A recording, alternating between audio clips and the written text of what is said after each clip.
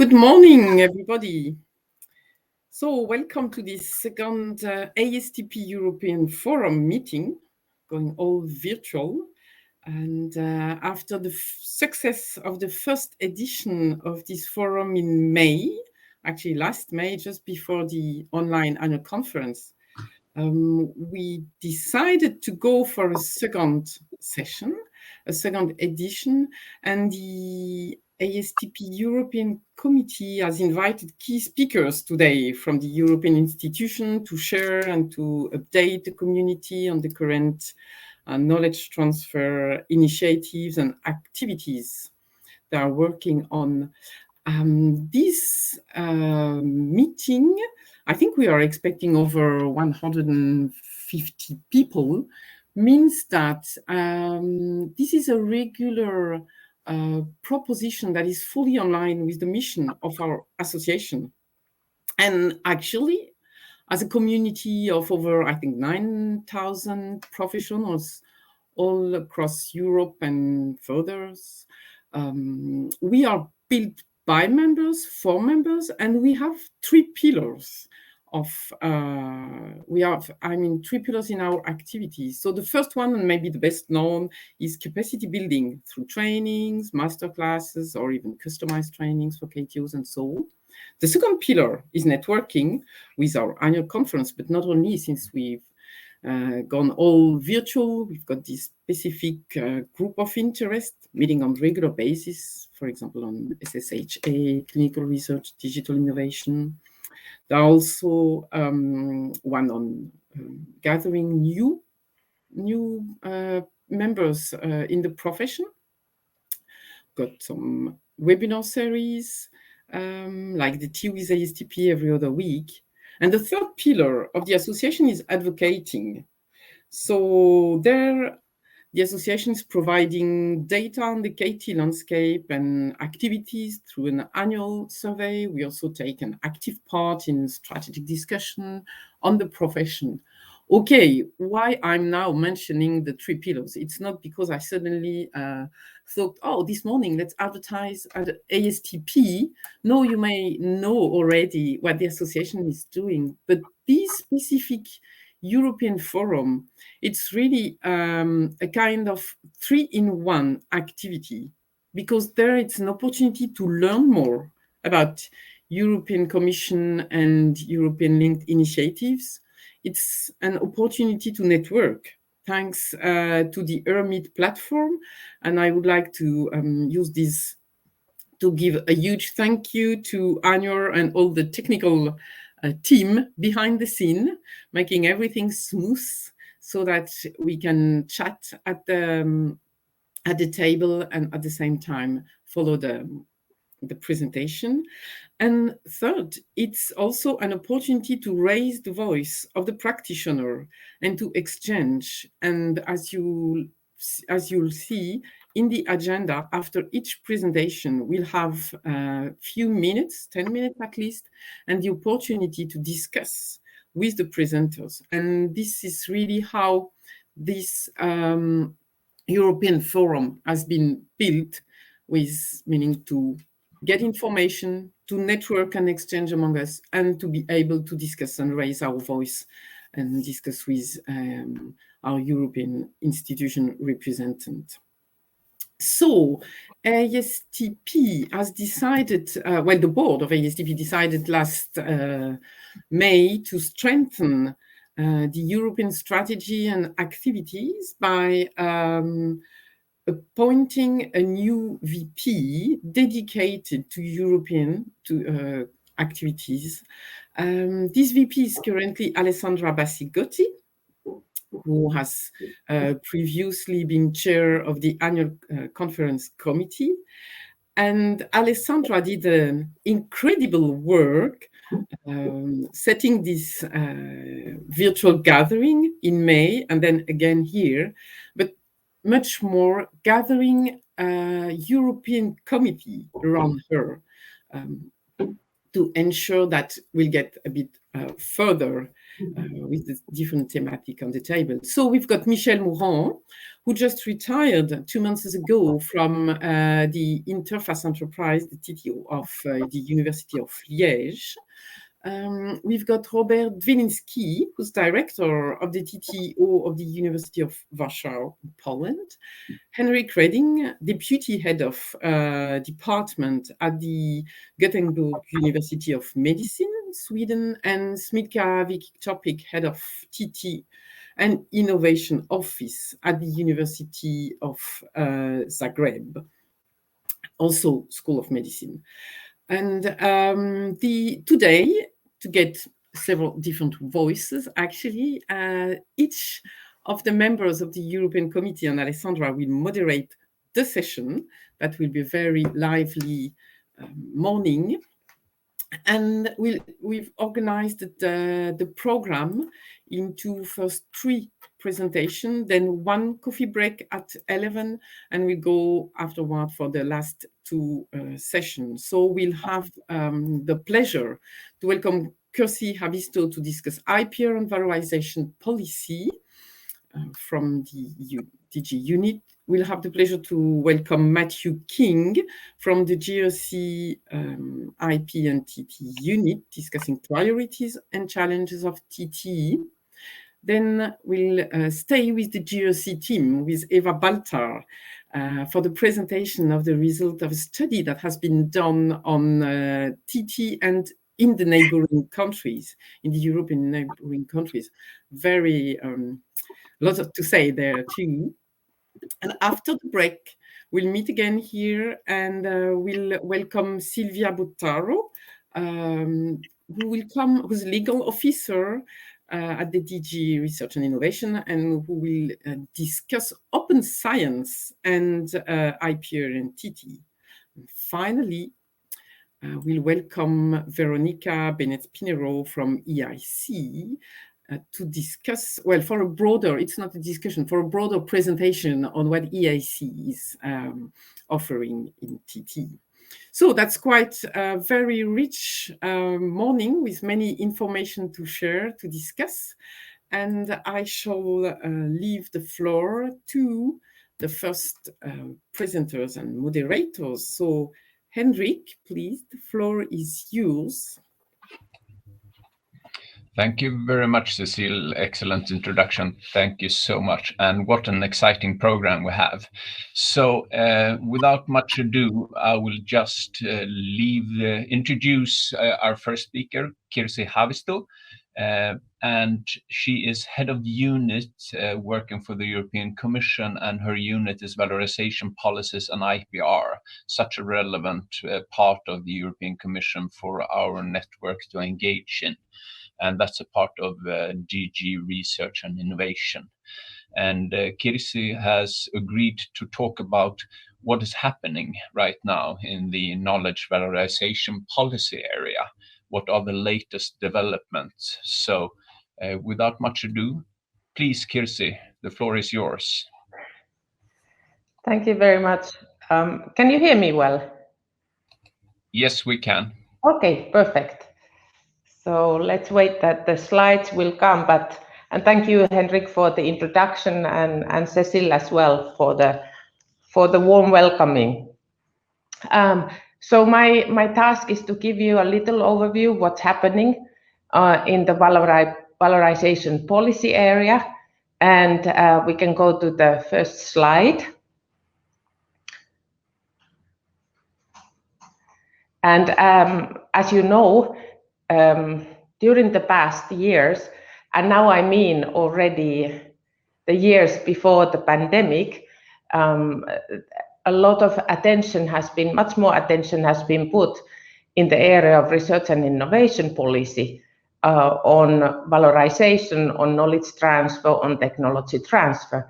And this started to happen also at the EU level, and came very concretely in the Council conclusions back in 2018, when already the, let's say, best practice sharing on knowledge transfer was reinforced by the Council.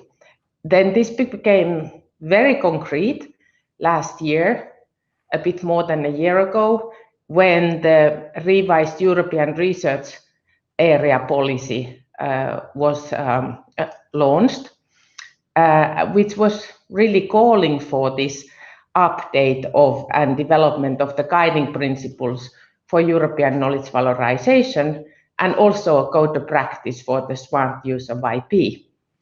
As you know, this is a follow-up of what was done back in 2008. So this was coming back into the agenda, and a lot of workshops were taking place with the member states and stakeholders back in 2019. Next slide, please.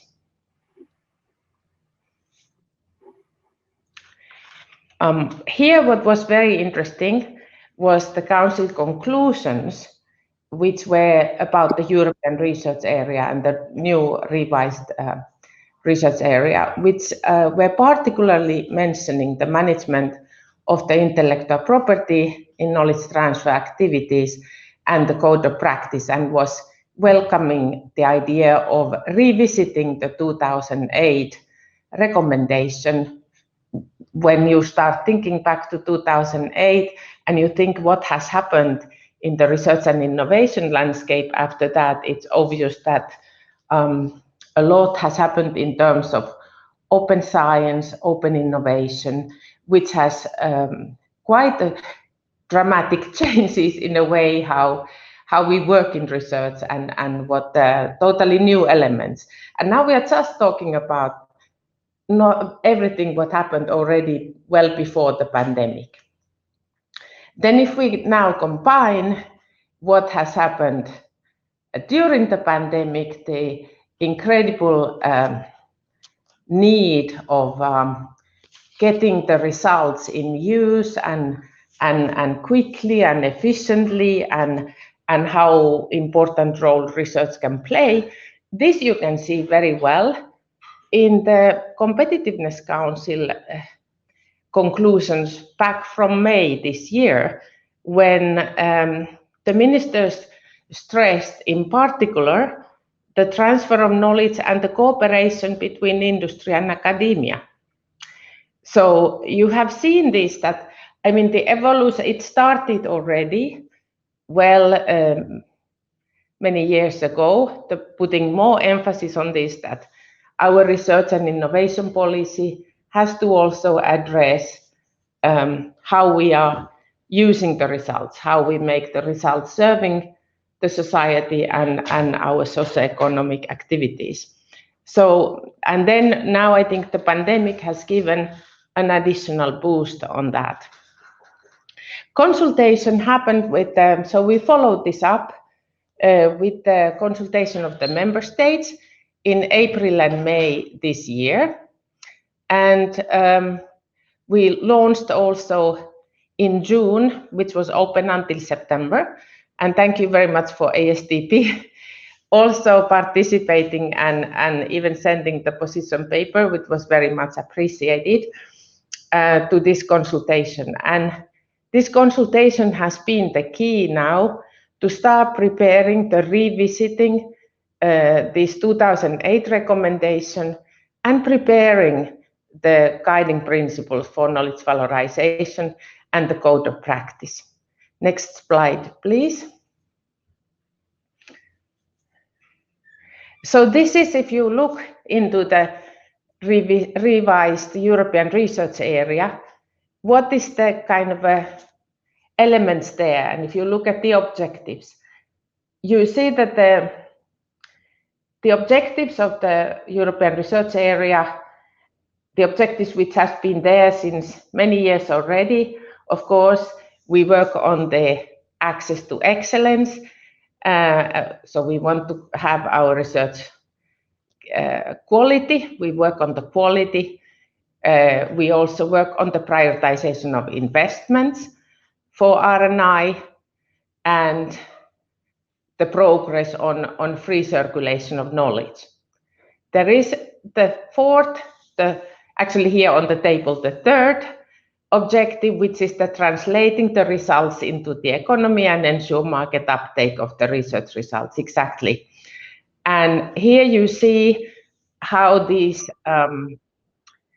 what this means in the European policy, what will be the activities and actions and measures to be taken. So it's the guiding principles for knowledge valorization, which will be co-created with member states and stakeholders, and then the code of practice for the smart use of IP, which will be co-created with wide range of stakeholders, and you can all participate in that process. And there you see here, I've tried to put here some outcomes that what is expected that this will lead into. So also this was something which came quite nicely in those stakeholder consultations, that we need a revised also culture and mindset about what the knowledge valorization is about, and also how we can improve the policies, but also the practices, both in member states and stakeholders and at the EU level. And how can we promote closer connection among the valorization actors?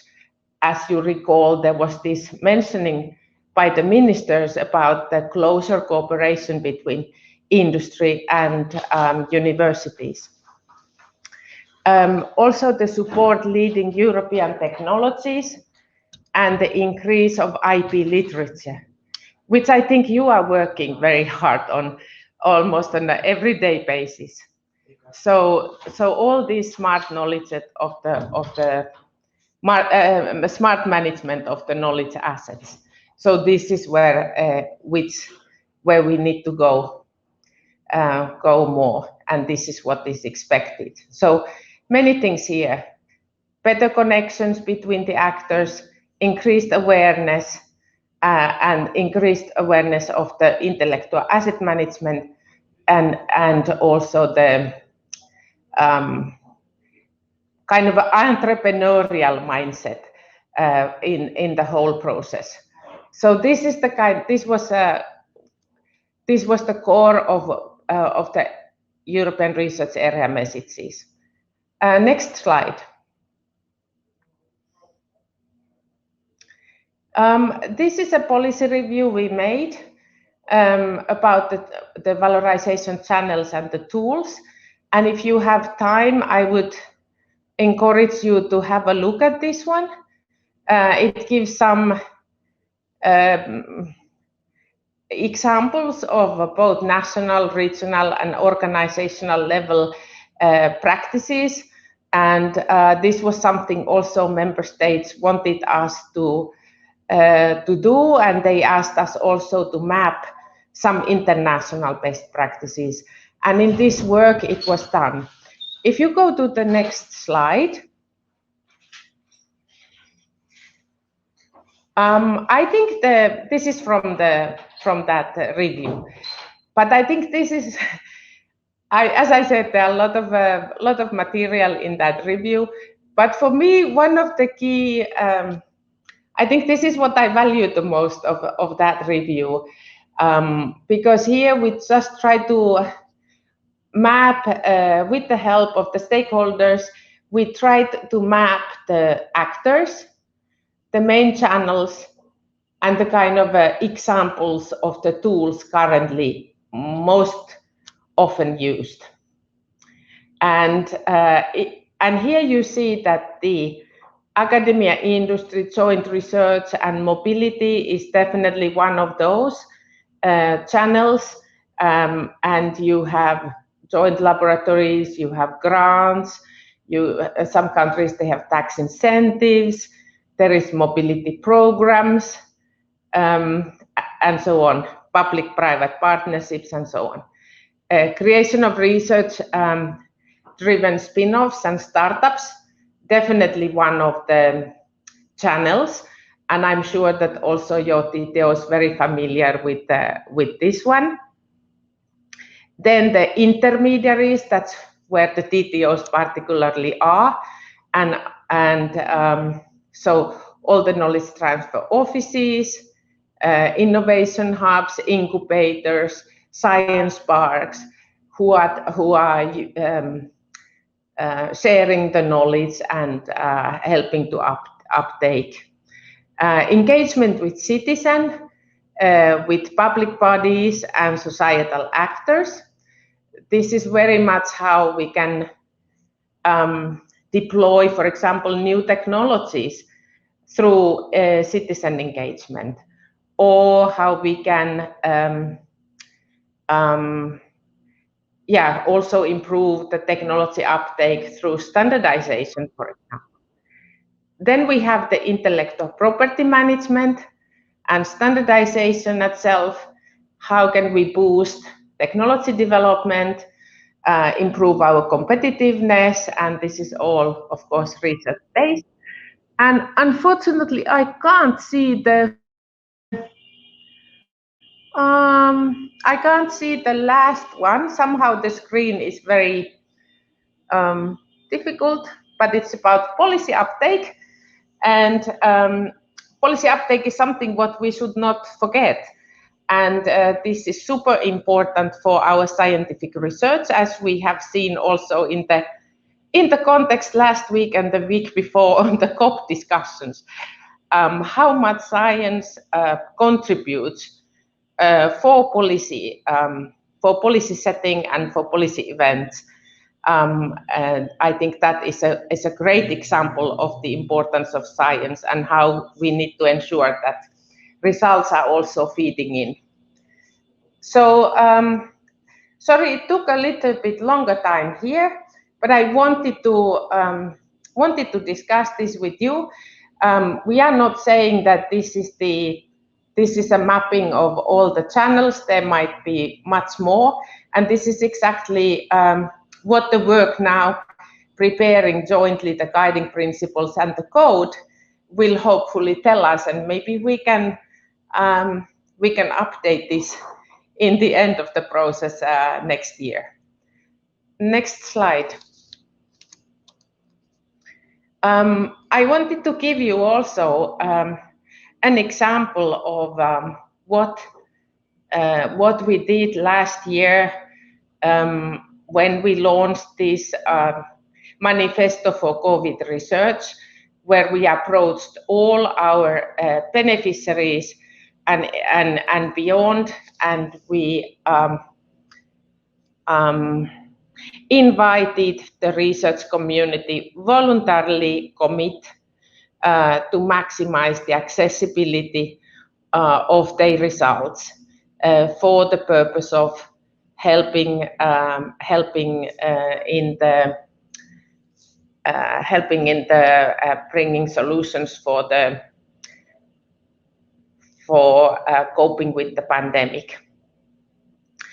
And in addition to this, all the COVID calls we launched last year at the Horizon Europe or Horizon 2020, even some of the additional ones, last ones, they all included this public emergency provision, which requires during the WHO pandemic declaration to give a non-exclusive licensing.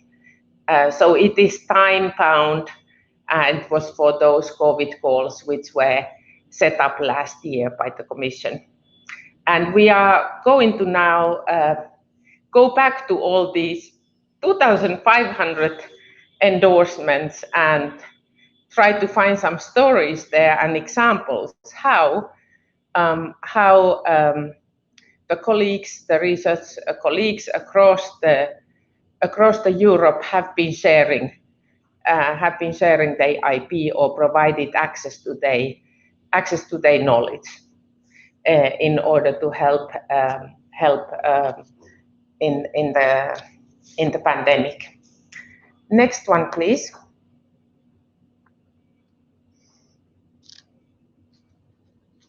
Here quickly, I would like to give you some can go to the next slide. This is the public consultation where you also participated. And I would just like to, there were only 10 questions. I will not go, because timing is not allowing that, to go every single question by question, but I have summarized some key results from this public consultation, and I would like to share them with you. Next slide, please. Yes, this is the turnover. We had more than 400 replies and 24 position papers. It was more on the individual organizations, and the same amount of replies, or individual researchers or technology transfer experts or innovation managers. So either individual or organization level, plus then 7% of umbrella organizations representing technology transfer offices or professionals, or research organizations and so on, or civil society associations. So this was the type of stakeholders who replied. And the next slide. I have two sets here of conclusions. What was interesting in this, that all of the replies were very much saying that, okay, how the landscape has changed from 2008 to 2021, that we are dealing with much more players than back in 2008. So the landscape in terms of who are the players of ensuring that the results are turned into the benefit for society, this landscape has much more players than before, and it is reflecting this ecosystem approach which has happened and which is there. So this was a clear message. Second clear message was that the channels also,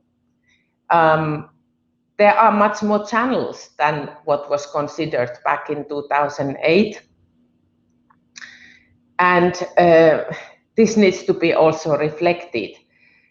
So we need, if we have more channels, obviously it means we will have more tools available and more tools involved. Then there was a clear message saying that there are certain areas which would probably need to be highlighted a bit more than in the past. And some of them I have mentioned to you. It came already also in the ministers' discussion, was the industry-academia collaboration. It came out here as well. The spin-offs, the startups, but also this type of a move from, let's say, hard IP management to intellectual asset management. So taking a broader perspective, like that it's not at the time when we are when we have the patent, we have to start thinking of how we are managing our knowledge assets, but much earlier. So this emphasis from IP management to intellectual asset management, plus the reflection of, as I mentioned to you, what we found also in our mapping, the importance of advising policy, the open science context, but also these digital platforms, which are changing quite a lot the landscape, that we should kind of understand the whole and take into account the whole landscape here. The next slide, please. Something here, and I'm sure this is very close to your heart, and probably you're happy to see this here, and me too, that also further development of skills, training and expert support, and to improve the awareness raising, and particularly in the early in the research project, not in the end of the research project. It's too late. You have to start. You have to do your knowledge asset management plan in the beginning, and the more we are going for open science, the more it requires us to think of the asset management in the beginning. So this was also very, very, very clear. So not everything is about funding. If a knowledge transfer, if technology transfer is successful, it's a lot about skills and training and access to expert support. Then also as I already mentioned, again, these whole kind of a thinking, the mindset, and these entrepreneurial mindset, entrepreneurial skills, which is also part of the new thinking, and which is nothing new, I would say. This has been, we have been talking about this long time, and but it was still very high in the agenda of the stakeholders.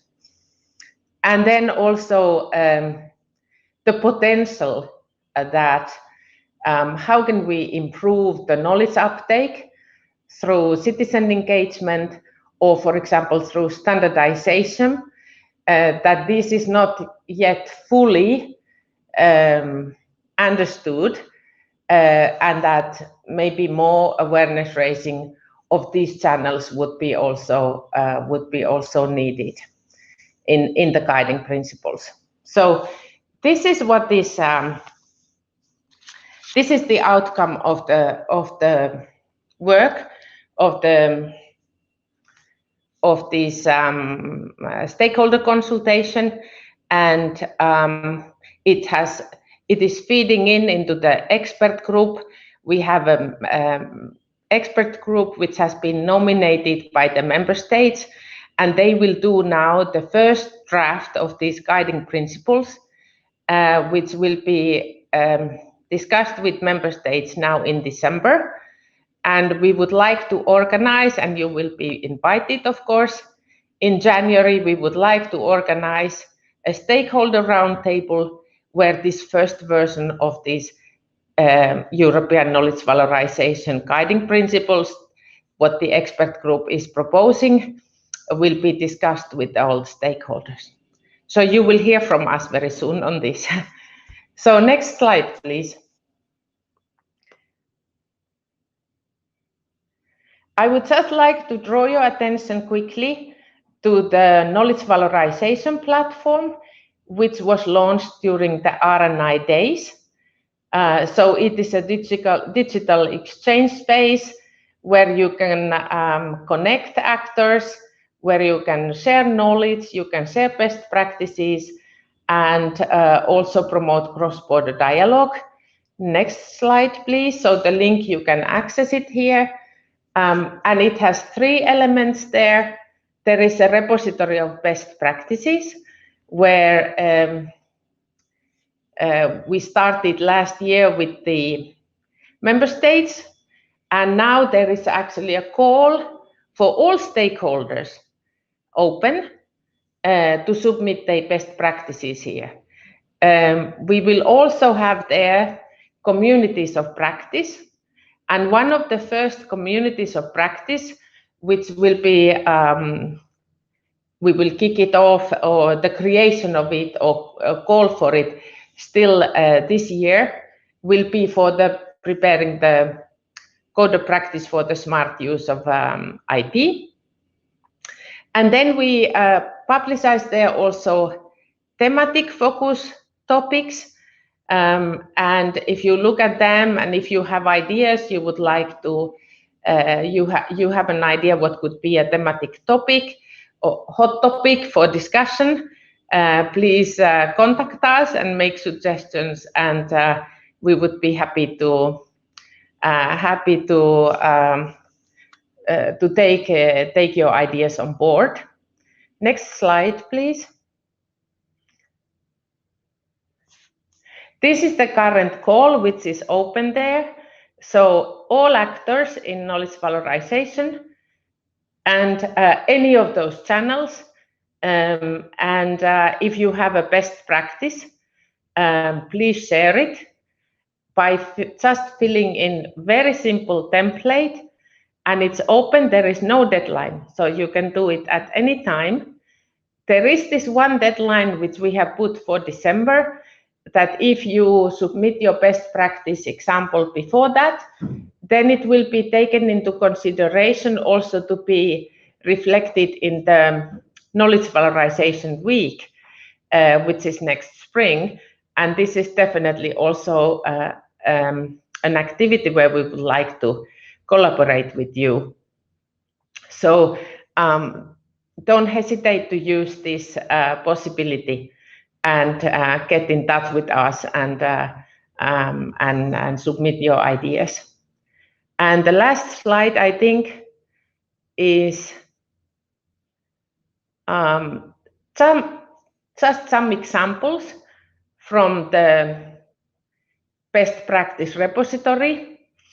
So here you have, we have collected these so far, so you can have a look at them. So there is this quite innovative approach by the Belgian network about an interactive guide to knowledge transfer.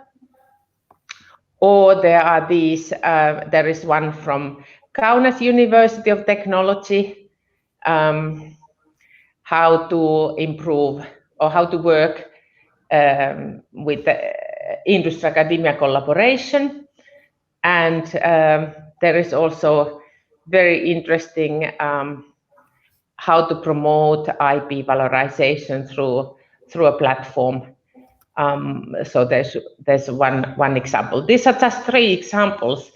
I picked you for your consideration, or if you want to look, but there's much more. But so this is the idea of the repository, that people can find their interesting practices, because as said, there are plenty of tools and very interesting tools, and it would be great if we could encourage this type of a peer learning. Thank you for your attention. I think I was just in time and very happy to help you with any questions if you have.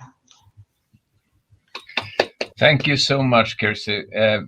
Very interesting, and thank you for sort of the invitations of being there and influencing, because I think that's really important to everybody, and in particular to us, because we're kind of a new profession, we're being shaped, and hence it's important that we make our voices heard. And of course, if you don't make your voice heard, how can you complain about the results?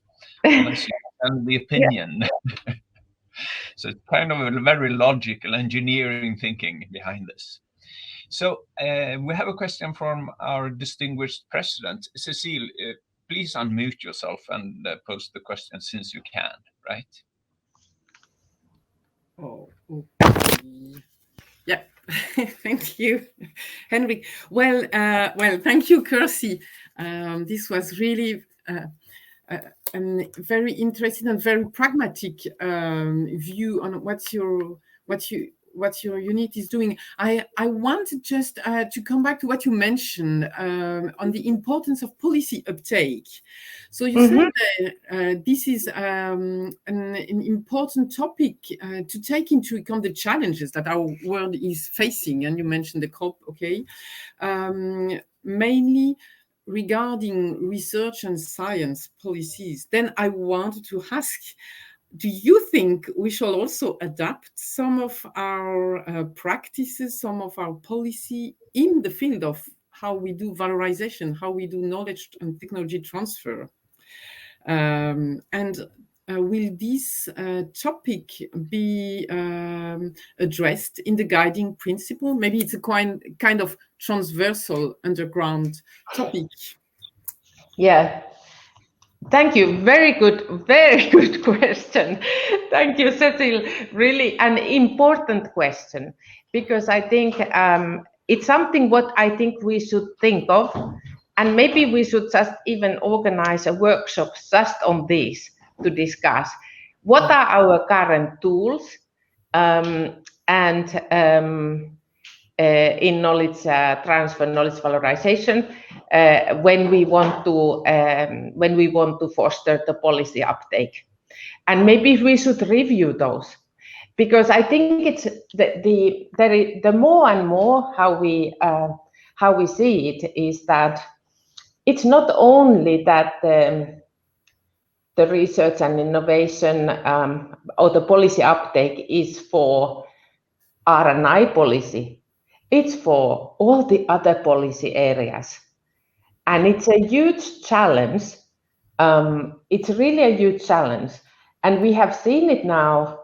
We see it very well in terms of climate policy. Mm-hmm. You know, I think it's quite well established. It's something which I think all researchers who works on climate, I think they are fully aware.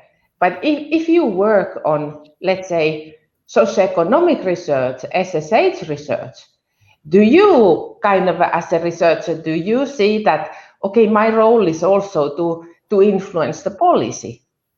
And do they see that policy could be from anything, dealing with migration, how to bring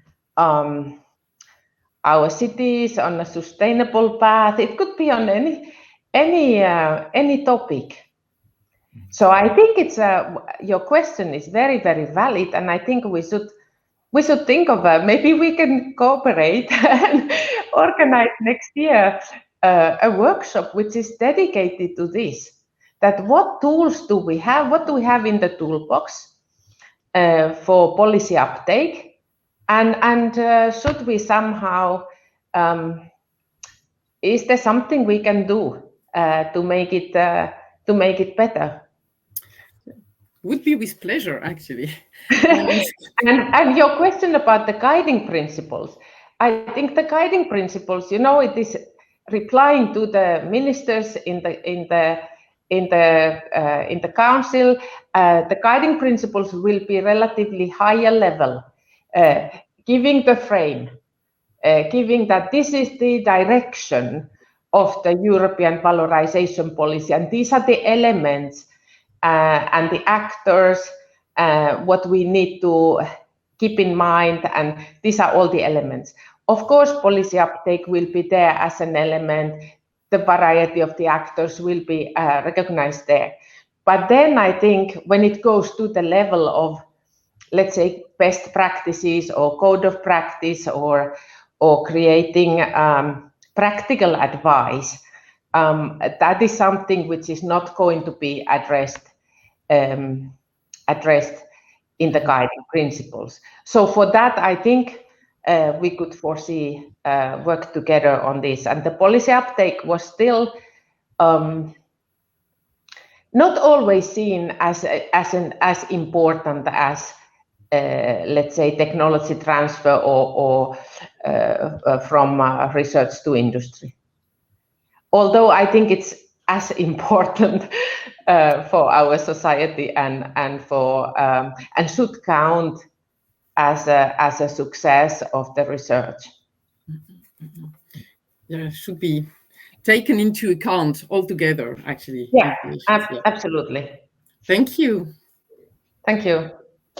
Okay, I have a question myself, and I think you present this very complex landscape in a brilliant way, actually giving a bunch of important details.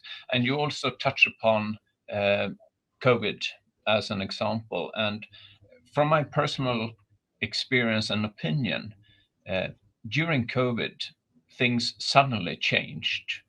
Governments stepped up, the EU Commission stepped up, the university stepped up, industry stepped up, and suddenly there was a quicker change, and we call it disruptive innovation in innovation languages, right? So suddenly we saw something moving very quickly because of a crisis, so we know why.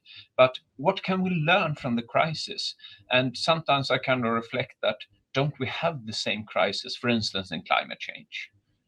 But we don't really have it so urgently, so hence the process becomes lengthy. What can we learn from the COVID when it comes to policy and policy instruments?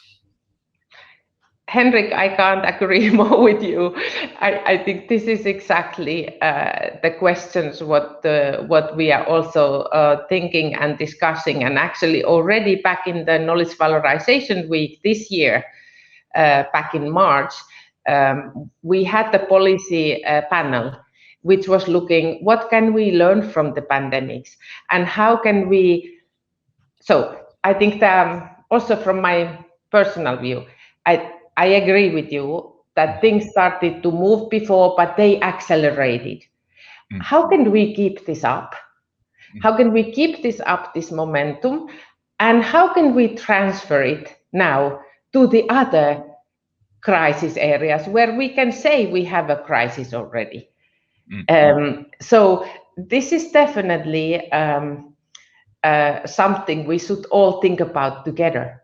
What do we need to do now in order to be able to use this example and go beyond now the pandemic and the vaccines and whatever is needed now? And can we use the same momentum created, and can this become our new normal? And can this be translated and really change the knowledge transfer forever, so that we don't go back what it was, but we go to something new?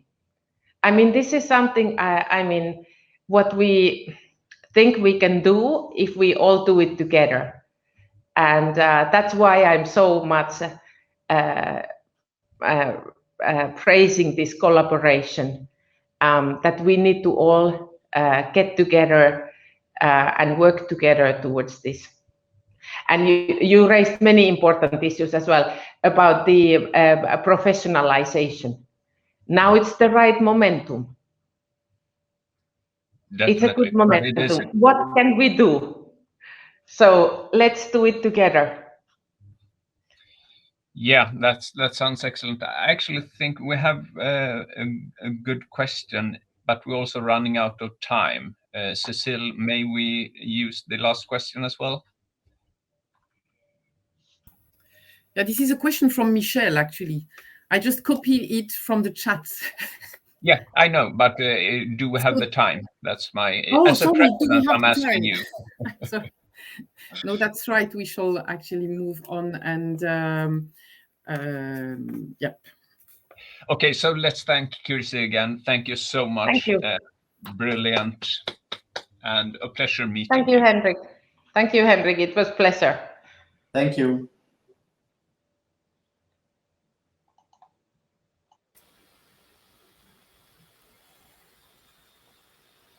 So should I now continue this session? Yes, please. Yeah, so time is very limited, so let me simply introduce Matthew King, who head of unit of intellectual property and technology transfer of Joint Research Center of European Commission. Just 10 minutes, so Matthew, please enlighten us. The stage is yours. Thanks very much, and thanks for inviting me here today.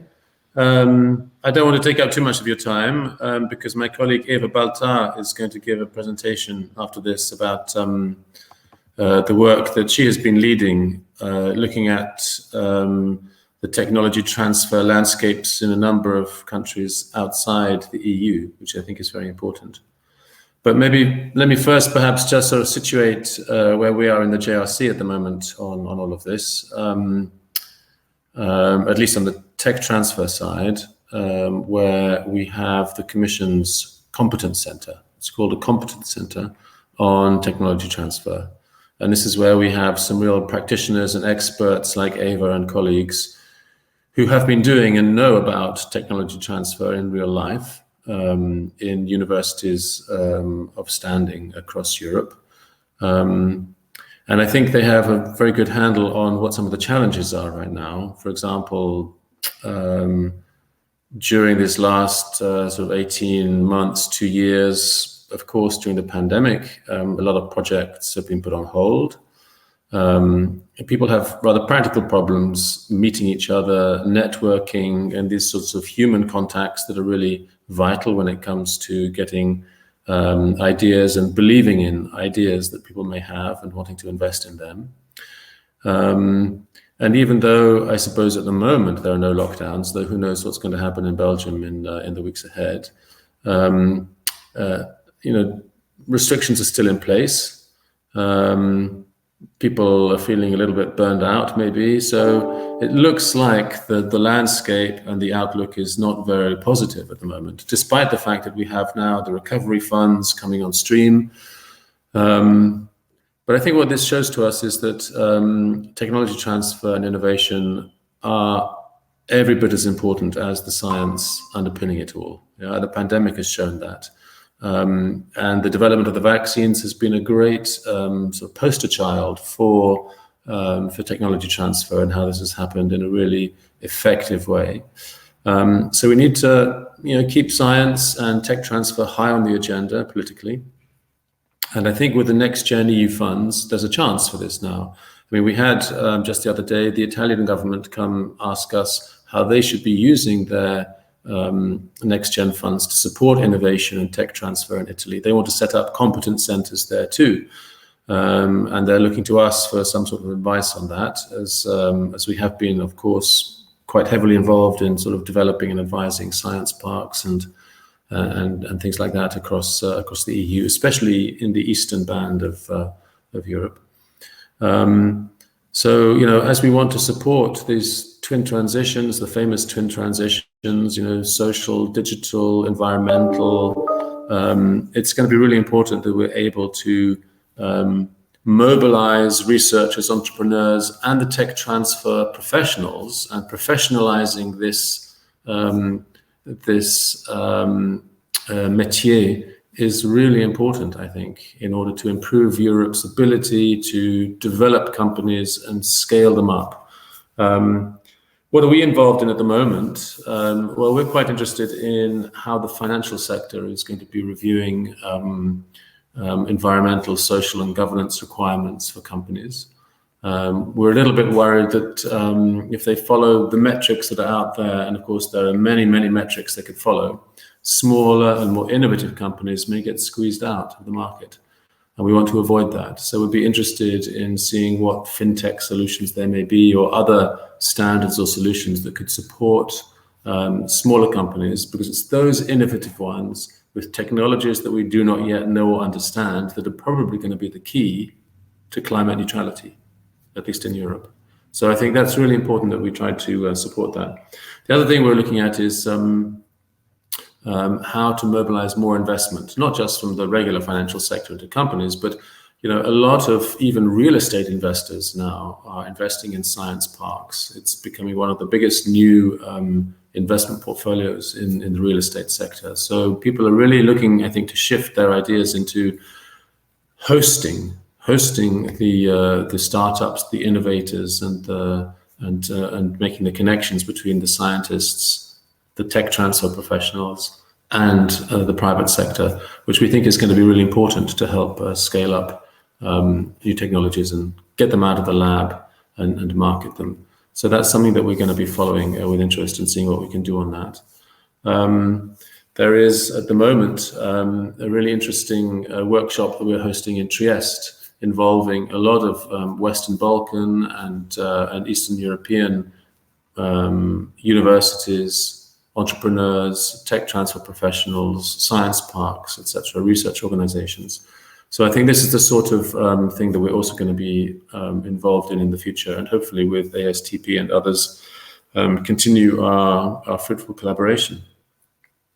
With that, I think maybe it's time now that I hand over to Eva, and she will be able to make a presentation to you all about the work that she's been doing on mapping the innovation ecosystems in a number of countries outside the EU. Thank you. Thank you very much. Just stay with us for question session, and Eva, please continue your presentation. Thank you, Robert, and good morning to everybody. And thank you, ASTP, for inviting me here today. I'm going to share my slides. Just bear with me, please, with a second.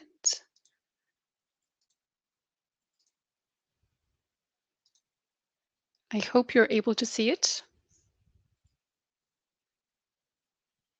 Yeah, we can see it in the edition mode. So if you can, maybe it's possible to change it to the presentation mode. Yeah, I was in presentation mode. So can you see it better now? Not yet. Not yet. Use the next one, Eva. The reading view next to the slide mode. Yeah, that's one. Perfect. Oh, great. Okay, perfect. Now it's Sorry perfect. about that.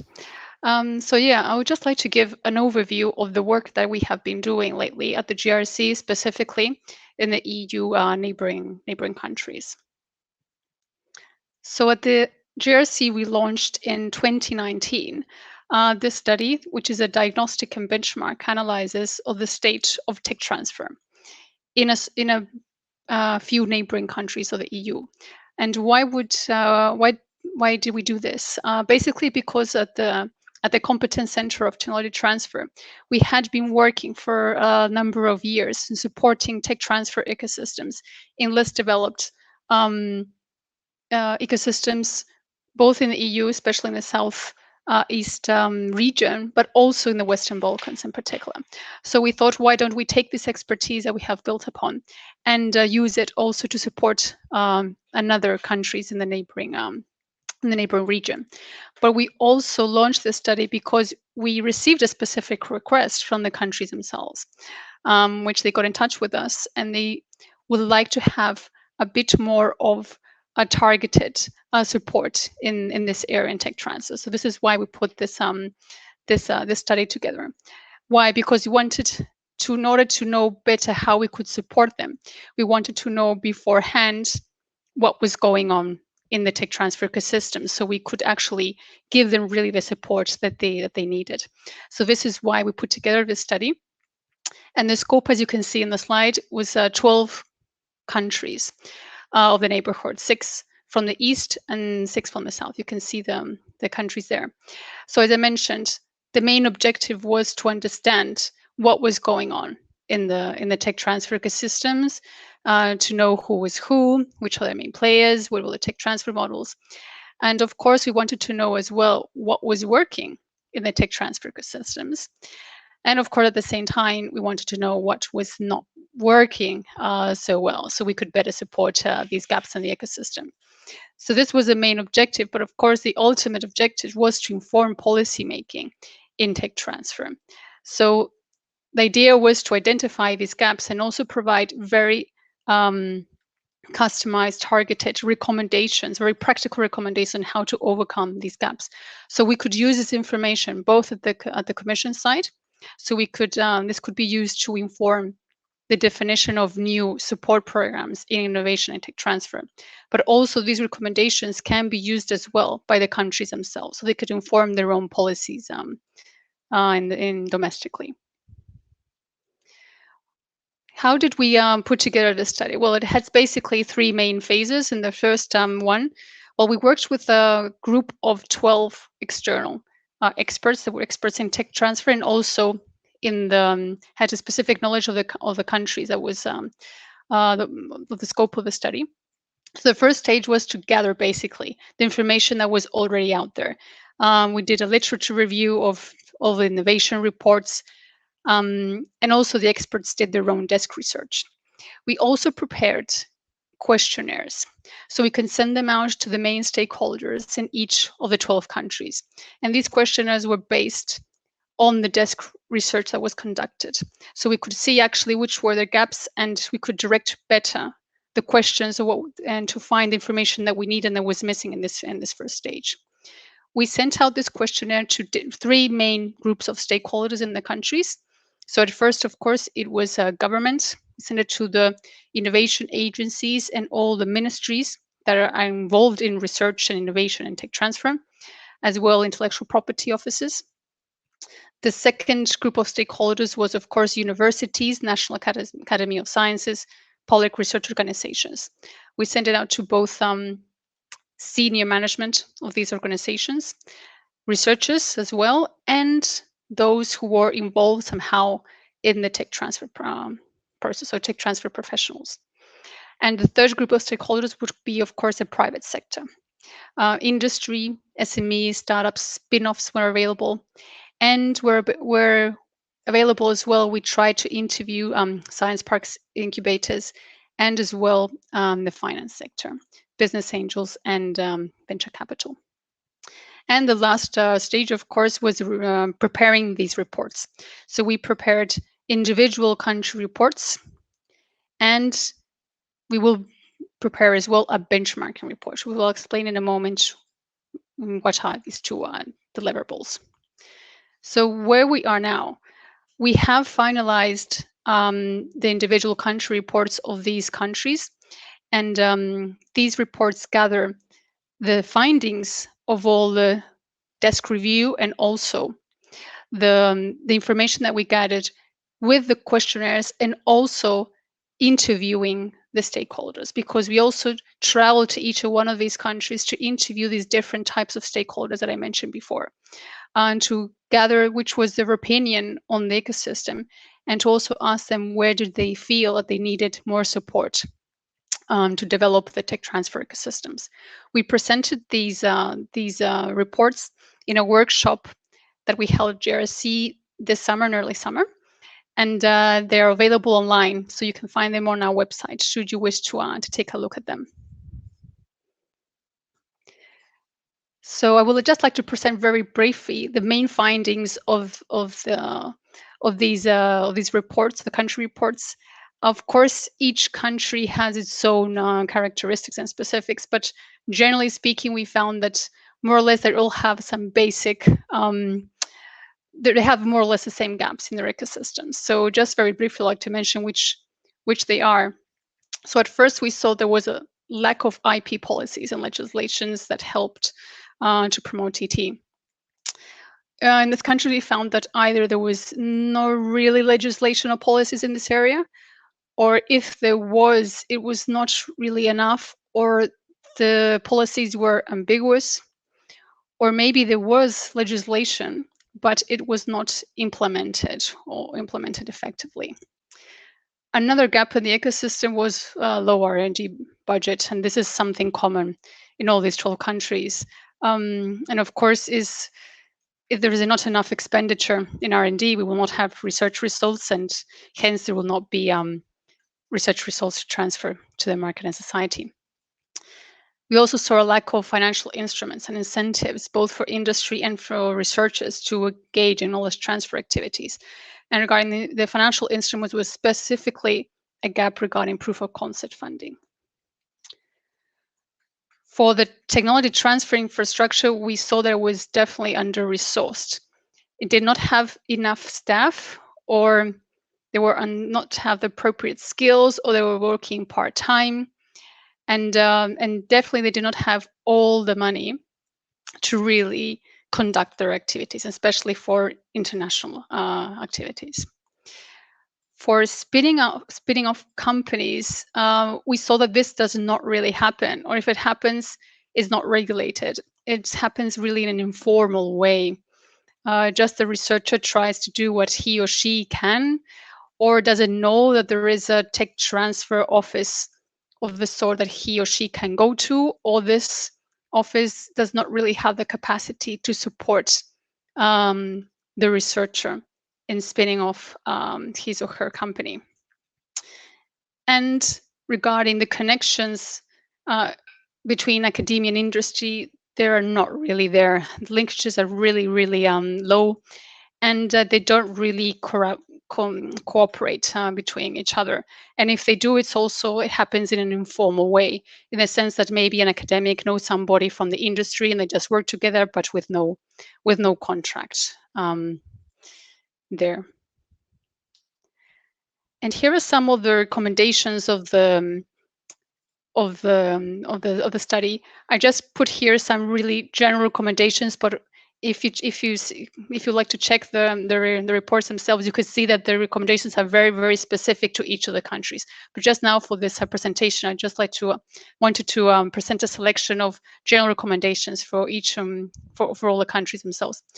The reports present that we believe that there should be more connection between smart specialization strategies, which in some of the countries are being implemented currently, but they're a bit disconnected with technology transfer operations and strategies in the countries.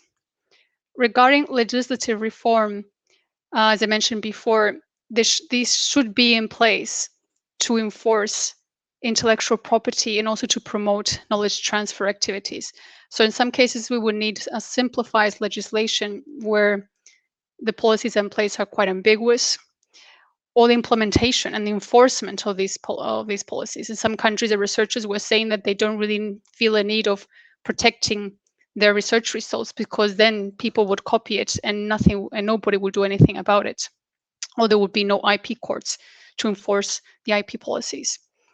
And we also recommend that there should be legislation or policies in place to allow the researchers to have, and also the institutions, to have equity in the spin-off companies that they may have.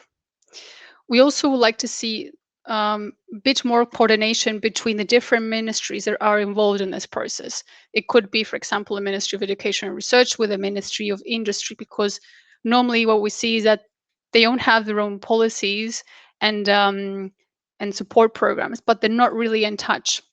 So there could be an overlap.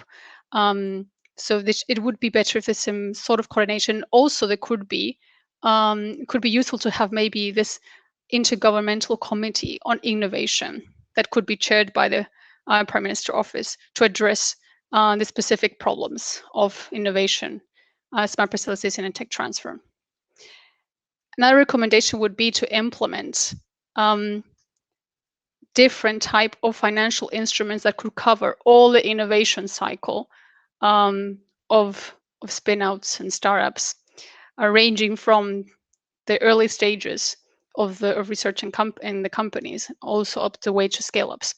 But definitely what we see the major gap was that there was no or almost no proof of concept funding. And this type of funding is essential, as we know, to overcome the valley of death in projects. Regarding the micro level of recommendations, we would definitely recommend to increase the number of knowledge transfer managers, and people specialists in IP. There was not enough people devoted to these activities, and also in many cases that they did not have all the needed skills to do their jobs.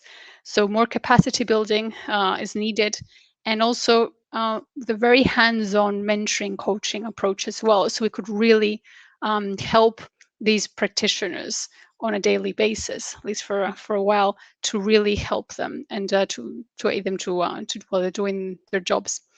Also recommend international twinning of different knowledge transfer offices between these countries and the EU.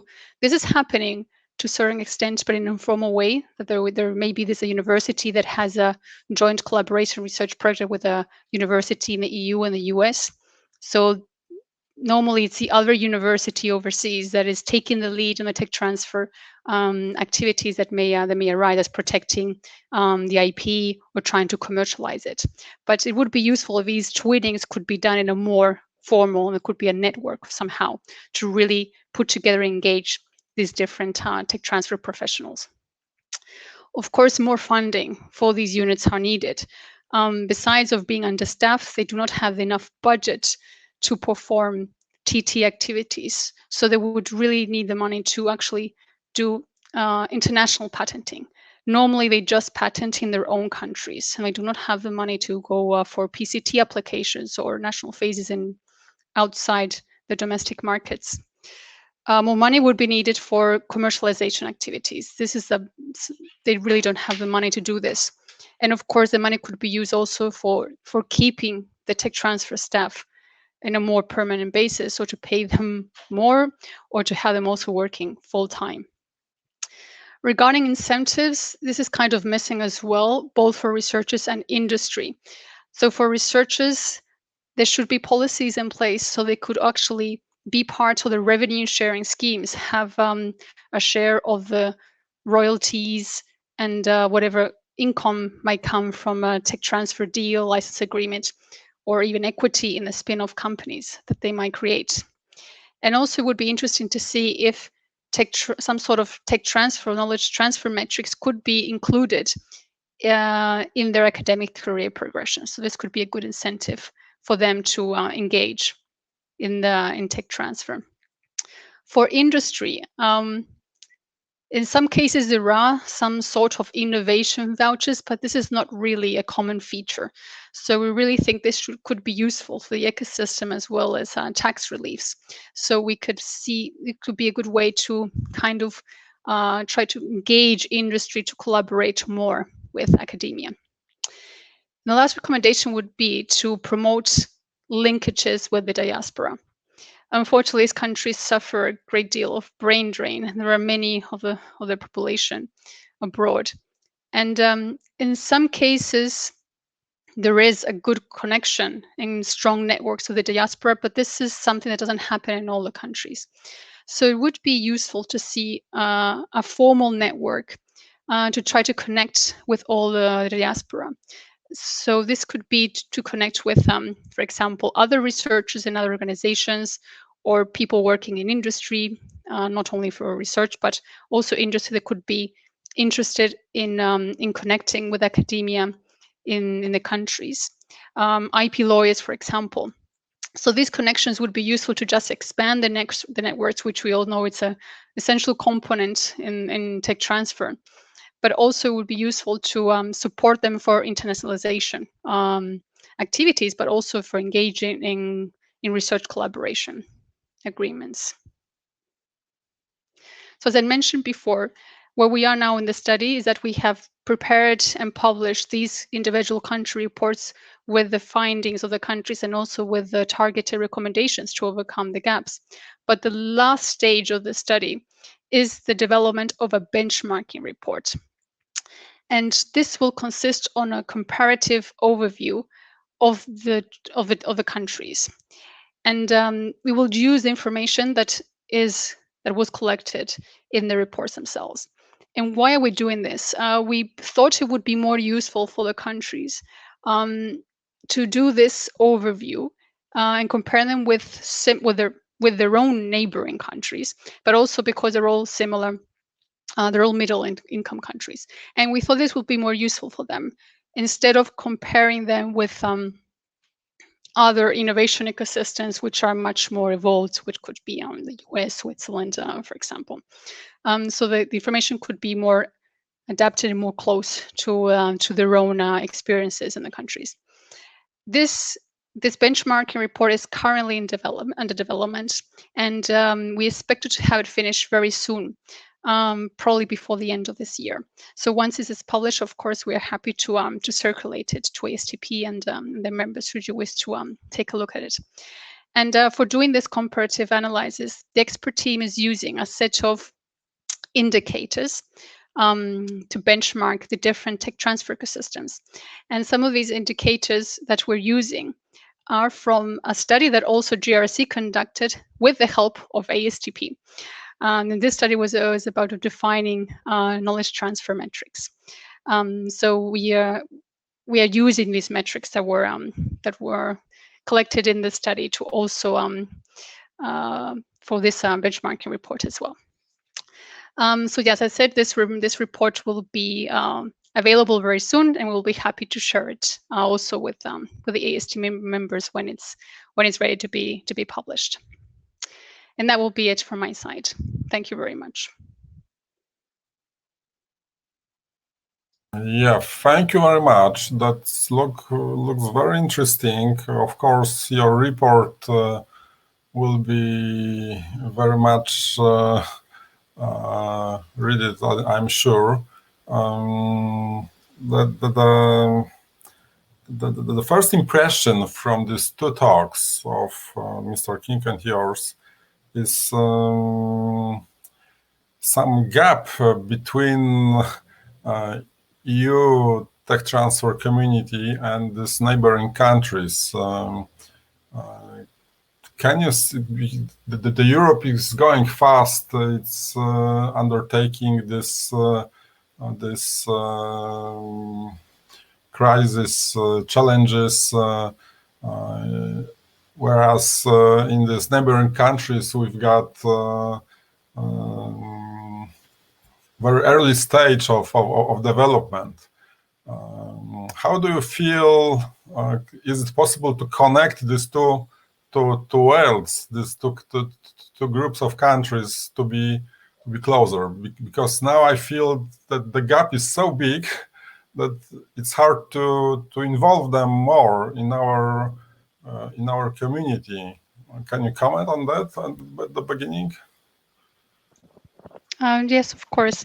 I agree with you, Robert. I mean, these countries are the stage of development regarding tech transfer is a bit different to ours in the EU, and of course they're suffering a lot with the COVID pandemic, same as us. But and they also have their own domestic issues. Some of them is political instability, etc.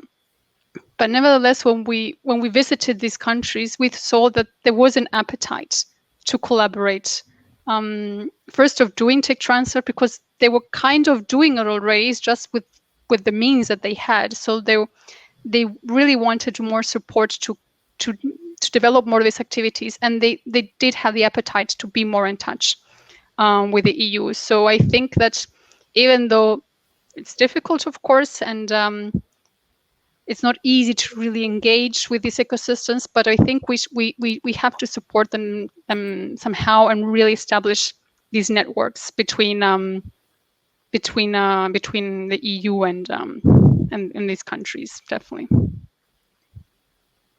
Yes, yeah, that's what we would like to do. Surely, the question is, can we expect that someday they will be able to be in our community in this sense that we are really able to involve them, or they will forever stay somewhere behind. Yeah, let's hope. There's the question from Jacek Kasz from Krakow. Let me read. I would like to stress the importance of the increased funding for TTOs proposed by you, not only for POC projects, proof of concept projects, which need support, but regular commercialization. Yeah, you can see on the screen. Yeah, so that's something I think very, that's very much warming my heart what you says, because we are somewhere in between. In Poland, we are somewhere on the border, and we partially feel all these limitations on our area. Yeah? So maybe you can comment on it. How to really help to make this capacity building more efficient. Yes, thank you, Robert, and for the comment. Yes, absolutely, I agree. The lack of funding for technology transfer offices, indeed, it's a major problem in the neighboring countries, but it is an issue as well in the EU. Normally, tech transfer offices, they don't have all the money that they need to do knowledge transfer. This is really what's going on. So definitely the offices would need more money for patent budgets, for hiring the experts that we need to conduct, in case they outsource some sort of activities for doing IP analysis or market analysis, for brokering the technologies of course, proof of concept, but also for just for commercialization itself, because we know that fortunately we need money to do TT. So yeah, the tech transfer office can be proactive somehow to try to engage in activities to bring more money to the office, but of course there has to be as well some sort of government support to keep a steady flow of income, so the tech transfer can still be there a long time to actually do their work. And regarding capacity building, this I think it's a common feature that all practitioner needs, not only for the newcomers that join this area, but we need all the practitioners need a common and need capacity building along all along the way, because this is definitely something that, and for this ASTP this is where you are doing a great job on this end. And but definitely this is a major gap in the neighboring countries, because it's a really new profession, let's say, over there, and people are just doing what they can basically. So, and there's not really tech transfer networks in these countries. So exactly this concerns the next question of Hanna Kosova about this networks. So just to be to be in line with the discussion, we are showing this question. Yeah, there is, yes, thank you, Hannah, for the question. There is definitely a gap on this, because there are no networks in the KTT system. So this is definitely also a recommendation that is included in the reports, that it would be great to see some sort of network. And also to be more in touch with networks in the EU or elsewhere. Because as I mentioned, I mean, this international twinning and this exchange of best practices will be definitely of a great use for the neighboring countries. How do we envision to support this? Well, our idea with these reports is just not to produce this information, is that we would like this information to be put in practice somehow. So this is at the stage where we are now at the Commission, that what ideally we would like to see is that these recommendations and reports will be put in practice, and they could inform new policy and new support programs, both from the country side, but also from the Commission side. So this is something that is definitely under discussion right now at the Commission, because what we would like to see is what we are proposing right now within the Commission is the development of technology transfer roadmaps for these countries. So more support could be given, and the recommendations of the reports could be implemented to some extent in these countries to try to overcome these gaps that were identified. Yeah, so following quickly this what you said, this is something which is very interesting for me. If you or Matthew can somehow reply on that, in what extent you can recommend, or how detailed your recommendations could be? Could you really try to enforce some specific actions, or this is still on the level of some general recommendations which put some direction, but not really enforce some actions, like really increasing of budgets, increasing of staffing, increasing of assets for these tech transfer systems. Yes, for example, there is no in Poland we have created the association which currently gathers 80 universities, and this association cannot get any support from these government institutions. So I'm not complaining, just asking the most important is can you really recommend specific actions to do for these countries? Yes, thank you, Robert. Well, the reports are a compilation of these recommendations. Of course, there has to be also some appetite from the countries themselves to embrace this change and incorporate these recommendations to a certain extent. And we are seeing this actually when we met with them, and now with the different conversation that we're having. Science and innovation is a priority for many of these countries. So they came to us because they wanted more support on this.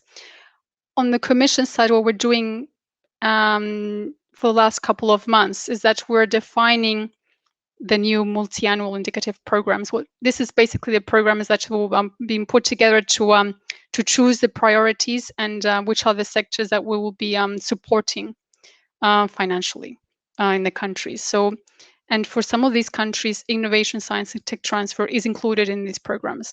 So, in principle, the idea is that in the near future, there would be some budget available for the countries to actually implement some of the recommendations.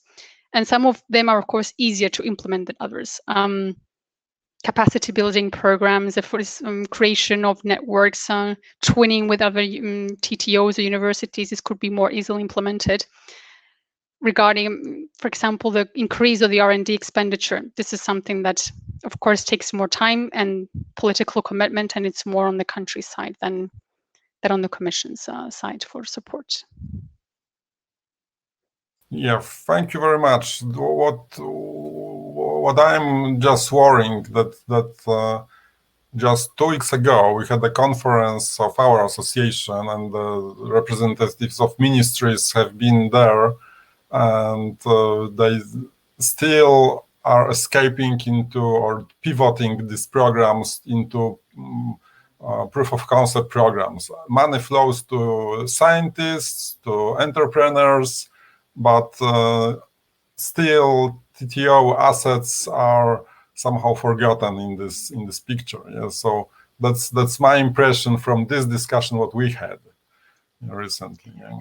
I agree that normally the tech transfer slot of all the innovation process is one of the most invisible, I would say, in the process. So as you say, normally researchers have money, companies have money, but the part of the middle is the one that's more invisible and difficult to engage and convince that there's also funding needs, of course. And I agree that proof of concept funding is a tough one to money to get, because as we know, private sector is not interested in funding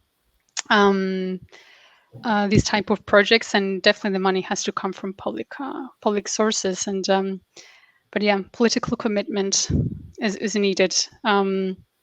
Yeah, because this is public money that needs to fund proof of concept, and I agree that it's difficult to and it's not only a problem, as you mentioned, in the neighboring countries. I think lack of proof of concept funding is happens almost everywhere, also in the West. So it's a difficult one, yeah, to overcome.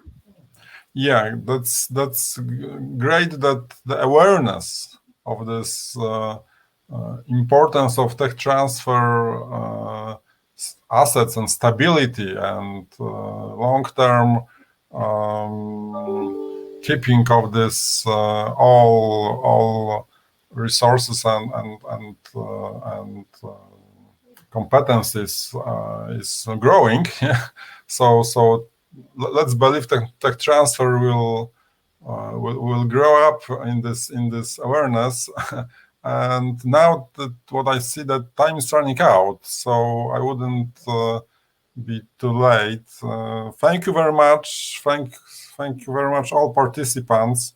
Now we have a 20 minutes break, so let's have a coffee and come back. We'll be able to make the discussion on the end of this forum. So everybody are welcome to stay with us and discuss at the end of of the forum.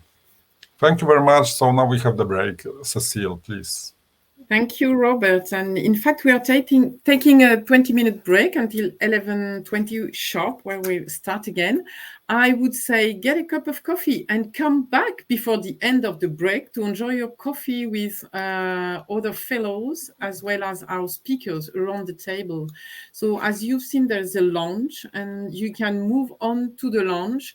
Just choose a seat, whichever you want, and start discovering the community or meeting back some old friends, actually. I just get my coffee filled and I'll be back at the table. And thank you very much for this morning, the beginning of this very session. See you in a few minutes. Thank you.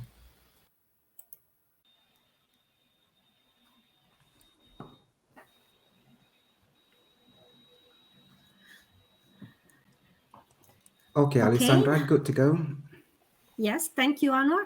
So welcome back. I hope you enjoyed your coffee and some chat in the lounge. Now it's my pleasure to introduce the next session, which is about IPR and technology transfer in an open science context.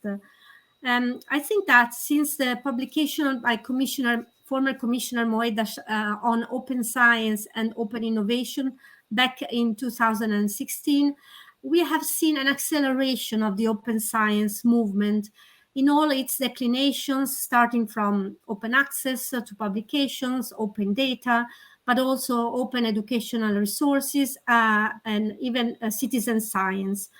And I'm not really sure if we, as technology transfer professionals, are familiar with the policies related to open science and also aware of the implications for our daily activity as technology transfer professionals. And we're therefore very, very happy to have here today with us Silvia Bottaro from the Open Science Unit at DG Research and Innovation, who will guide us through the most recent policies for open science, with particular reference to Horizon Europe, but also with a special focus on open science and IPR and technology transfer. I hope you will have many questions, so please feel free to put them in the Q&A section of the platform, and I will pick them up after Silvia's presentation. But now, Silvia, the floor and the screen are yours. Thanks very much, Alessandra. Thank you to ASTP for the invitation, and to you, Alessandra, and for organizing this very interesting morning. I'm now sharing my screen and the presentation. I hope you can see them in full screen mode. Yes. Perfect. Yes. So as Alessandra said, this morning I will try to give a presentation on the relationship between IPR and open science, and also what is the relevance for technology transfer. First of all, I would like to start from the definition. Many of you might be familiar already with it, but I think it is important that we understand what we mean by open science, and we have a definition in the Horizon Europe regulation. So open science means an approach to the entire scientific process. And when I say to the entire scientific process, it is relevant not only for the final stages of the research life cycle, when the research results are disseminated through publications, for example, but it's very inherent as well to the planning of the methodology of the project. And it is why open science, it's really about early and open sharing of knowledge and tools, and not only between researchers and researchers across different disciplines, but also with the society at large. And why this is an important political priority for us since a number of years already, it's because we firmly believe that open science has the potential to increase the quality and the efficiency of research and innovation. And I think we are really seeing an important, let's say, testimony of this during the COVID-19 pandemic, where we have saw that open sharing and collaboration made possible to arrive to the fastest vaccine ever developed in history. But also, transparency and open sharing of research and results, it's very important for the reproducibility of science. And today we have, even if we cannot talk about a crisis, we see in some disciplines where research results are not reproducible. And if it is so, they are not verifiable and cannot be trusted by other scientists or the society. So open science and transparency is really important to increase trust in the science system by improving verifiability of the results and engaging researchers, but also citizens. And open science also increase the creativity by pulling together the collective intelligence and also enabling cross-disciplinary research. And we know that this is very important, especially when we know that the major societal challenges that we have to tackle today, such as climate change, but also pandemic, the current and the future, really need to pulling together the intelligence across different disciplines. As the European Commission, we invest strongly and really heavily in research and innovation. In Horizon 2020, we funded over 30,000 projects, and each of these projects produce research outputs, publication, data, and other deliverables. And the money that we spend through the framework program is it's publicly funded research. It's European citizens and taxpayers' money. So for us, it's really important that the results and what is produced within the project could be reused as widely as possible and to really maximize as well the impact of the investments that we make in research and innovation. And this as well, it's also another, let's say, explanation of the framework of why open science is so important for us at the European Commission and why it is an important political priority and a priority within the new framework program Horizon Europe. Now, on the relationship between IPR and open science, we had a first workshop where we tackled this relationship and the possible challenges. And this was organized back in 2017, where we organized a joint workshop with the joint research center of the European Commission. And out of this workshop, which involved as well many technology transfer professionals, there was an important conclusion, and it was that there are no incompatibilities between IPR and open science and technology transfer. And then on the contrary, an IPR framework, if correctly defined from the onset, it's really an essential tool to enable open science and ensure as well that the efforts from different contributors are correctly rewarded. And I will elaborate a bit more on this in my presentation. Certainly, many of you are familiar with this graph, but it's to illustrate that there are really many different channels to knowledge transfer. So it is not only through IP licensing, but also and formal channels to knowledge transfer. But there are also important informal channels to knowledge transfer, such as research and publication, dissemination of knowledge via conference, seminars, education and training of students, but also researchers that are recruited by the private sectors. And all these more informal channels that you see above the line are very relevant for open science, but I will say that as well, those are important means as well to transfer knowledge and to the private sector, for example. And we see how open science is relevant to diffuse knowledge as well to actors beyond academia. And all these different channels have really a lot to do with IPRs.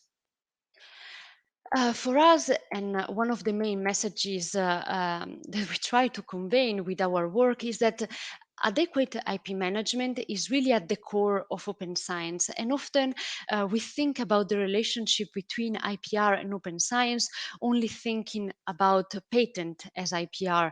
But no, it is really encompassing an adequate management of IP needs to be thought in a comprehensive manner and implies the understanding of different types of IPRs that includes not only patents, but also copyright. And these are, as you will see, it's very relevant for open science.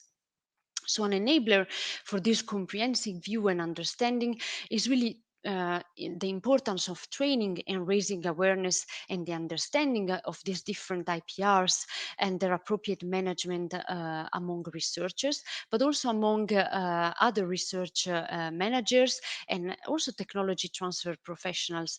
And another important enabler is that of creating open science policies that are jointly developed together with IPR policies, as this really enables to ensuring a working framework for all the actors of the European research knowledge ecosystem.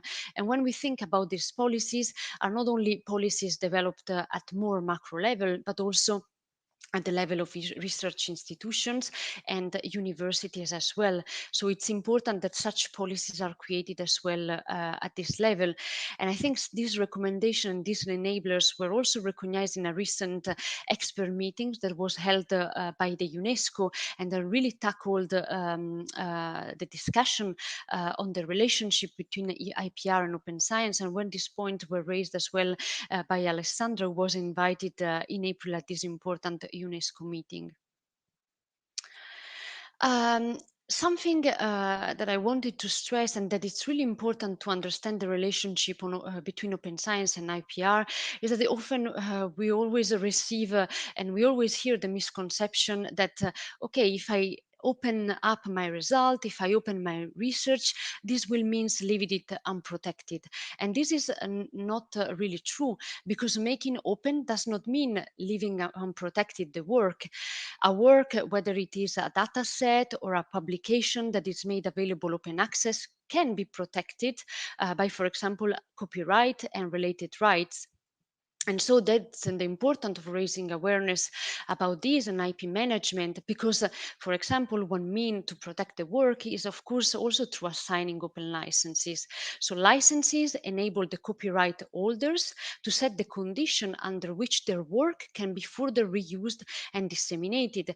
And so, for example, a CC BY license, of course, gives the authorization to share and adapt their work, but still, through a CC BY license, the author needs to be the work needs to be attributed to the author, and also so the paternity of the author for the paternity of the work is still preserved under a CC BY license. And also a CC BY license does not mean giving away the rights under copyright and database rights, for example. So this rights stays with the author. Now a bit more as well to develop a bit further about the relationship between open science and copyright, and later on in my slide as well with another type of IPR, so the patents. So regarding the relationship between open science and copyright, so copyright is a bundle of rights that protect the authors and their on their creation, and allow copyright holders, so they could be the researchers in the case of a publication, to determine who, when, and how will access and reuse their work. So really, copyright is essential to protect and set the condition for the dissemination of the work. And we believe really strongly that an adequate copyright legislative framework and copyright management are therefore key enablers for open science, because you understand that an adequate management of copyright really sets the condition for this further dissemination of the work. We have several tools, some which are, let's say, already available, and some which are in the making from the policy perspective. One important legislative tool is the new copyright in the Digital Single Market Directive, which was adopted in 2019, and whose transposition was due by the summer of this year, by 7 June. And actually, this piece of legislation is really important for open science, as it contains in Article 3 and 4 some exceptions for text and data mining. So some exceptions that really allow to extract and reproduce text and data from database or other types of sources for the purpose of text and data mining, for the purpose of scientific research. So as text and data mining is an important activity also in the context of open science, the new copyright directive provide really important exceptions to enabling these. We also have an upcoming review of the Data Act, which will be a piece of legislation that will really help really to facilitate the access to and the use of data.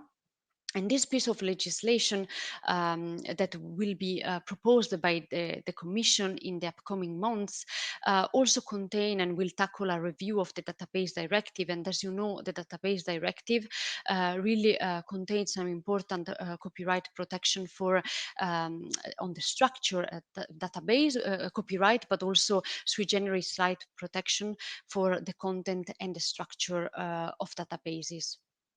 And also in our unit on open science, we have an important action under the renewed European research area that, as you know, has the ambition to create a single market for knowledge in Europe. And under this action that we have under the renewed European research area, within our unit, and this is a work led by our unit, where the Commission will analyze author rights to enable the sharing of publicly funded peer review articles without restriction. And we will also analyze existing data and legislative and regulatory frameworks, and what are the implications of research, so that out of this study we develop and we think about some recommendation that could help us to enable our regulatory and legislative framework that are fit for research. I talk about the relation between open science and copyright, and now I want to focus on the relation between open science and another type of IPR, so the patent.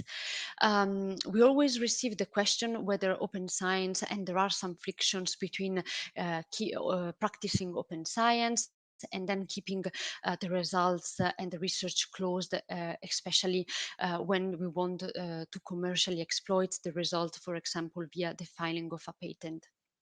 And there we don't see a contradiction between open science and patents, because open science does not prevent commercial exploitation via patent. And that's why we say it's really important that to foster appropriate IP management, and that this is also defined from the outset of the research project, that researchers think how they want to further disseminate or exploit the work in the results of the research.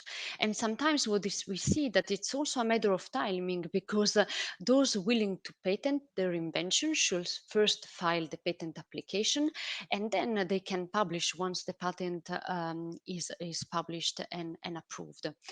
And something that we want to stress as well in this context is that publishing patents also contribute to disseminating knowledge too. So it's also an important dissemination mean. This was for, let's say, an introduction on how we see the relationship between IPR and open science. But I want also to touch in the other part of the presentation, the IP-related grant rules that we have in Horizon Europe when it comes to open science. And these in particular are the rules and the IP rules that affect the publications and then data and the sharing of data. The first thing, and I put it here on the slide because we receive really a lot of questions on these from our grantees, and we understand their worries. But the question that we most often receive is, if I am a Horizon Europe, or in the past on Horizon 2020 grantee, am I forced to publish? And there the response is that the open science obligation under Horizon Europe are not an obligation to publish, and are not a general obligation to disseminate. Simply when the grantees decide to have a publication, and so decide to publish the result in a scientific article, those publications will have to be open access. And it's very important as well to stress that the open science obligation are not an obligation to surrender the IP rights. And for this reason, we don't see a contradiction between IPR and or IP protection and open science. So the dissemination of Horizon Europe results can of course, and it's reasonable that these are postponed if the grantees and the beneficiaries need to allow for the appropriate protection of the results beforehand. And this is something that can be explained by the grantees and by beneficiaries in also their proposal, in their project proposals, that their strategy is first, for example, to secure the IP protection, for example, via patent, and then once this process is complete, that the dissemination can take place and can be fulfilled, for example, by having some publications under the project. I was saying that we have some specific provision when it comes to IP under an open science, under the model grant agreement of Horizon Europe. So when it comes to open access to publications, we have a provision that really requests beneficiaries or authors, where the case, to retain sufficient intellectual property rights to comply with the open access requirements to publication. So if the grantees decide to have a publication, this needs to be provided and be immediately available open access via a trusted repository under open license, so CC BY or equivalent license for scientific articles. And of course, we inserted as well this provision because we see sometimes that authors and our beneficiaries, that there is the practice of giving away away all the rights under copyright to the publishers, and giving away all these rights, which is sometimes maybe the results of lack of awareness of IP rights by the researchers, but these has important consequences later on, because giving away all these rights to the publisher might later on also prevent our beneficiaries and the authors to comply in Horizon Europe with our open access requirements. Or if a grantee is not financed by Horizon Europe, this can also prevent them to further distribute or share their work, or made it available, for example, via a repository. So through this provision, we also want to raise awareness about the importance of intellectual property rights and of retaining sufficient IPRs to enable open science and open access in this case. Then we also have provisions, and I was saying on one side it's a publication, but also on the other side is provision for research data management. An adequate and responsible research data management is very important for us and very much stressed in the Horizon Europe Framework Program. So here we request all our beneficiaries to manage their research data and other research output responsibly and in line with the FAIR principles, which, as you know, stands for findability, accessibility, interoperability, and reusability of the data and other research outputs. And here, within the context of the framework program, our overarching principle is the principle as open as possible, as closed as necessary. And what do we mean by that? So actually, by as open as possible, as closed as necessary, we actually mean that the data needs to be open by default, because of course we want this and the possibility for other researchers to be able to use the data, but also potentially other actors in the knowledge ecosystem beyond the researchers. But we also understand that there are reasons and that are reasonable reasons under which the data needs to be kept closed. So, for example, the Horizon Europe Model Grant Agreement really provide for the possibility of data to be kept closed if, for example, providing open access is against the beneficiary legitimate interest, including, for example, regarding commercial exploitation. So if a commercial exploitation needs to be achieved, for example, by filing a patent or by other means, it is possible, of course, under our Horizon Europe grant to keep this data closed. Or, and as you can see, we have other exceptions. So if, for example, opening the data is contrary to any other constraints, such as data protection rules. So we might think that, for example, a project that deals with sensitive data, such as patient data, might not be able or might not be, let's say, appropriate to open the data. And so this is, of course, possible to keep the data closed in these circumstances. But there are other exceptions, such as privacy, confidentiality, trade secrets, union competitive interest, ensure security rules, safeguarding the intellectual property rights of third parties, or if making the data open will be against any other obligation under the grant agreement. So, as you can see, within, let's say, the framework program and within Horizon Europe, we really allow for a wide range of exception to data be made open, and we really make this concept of as open as possible, as close as necessary, our guiding framework in deciding whether data needs to be open or closed. And we believe this also provides a framework that guides and that allows the grantees for the sufficient exceptions that we hear sometimes are needed.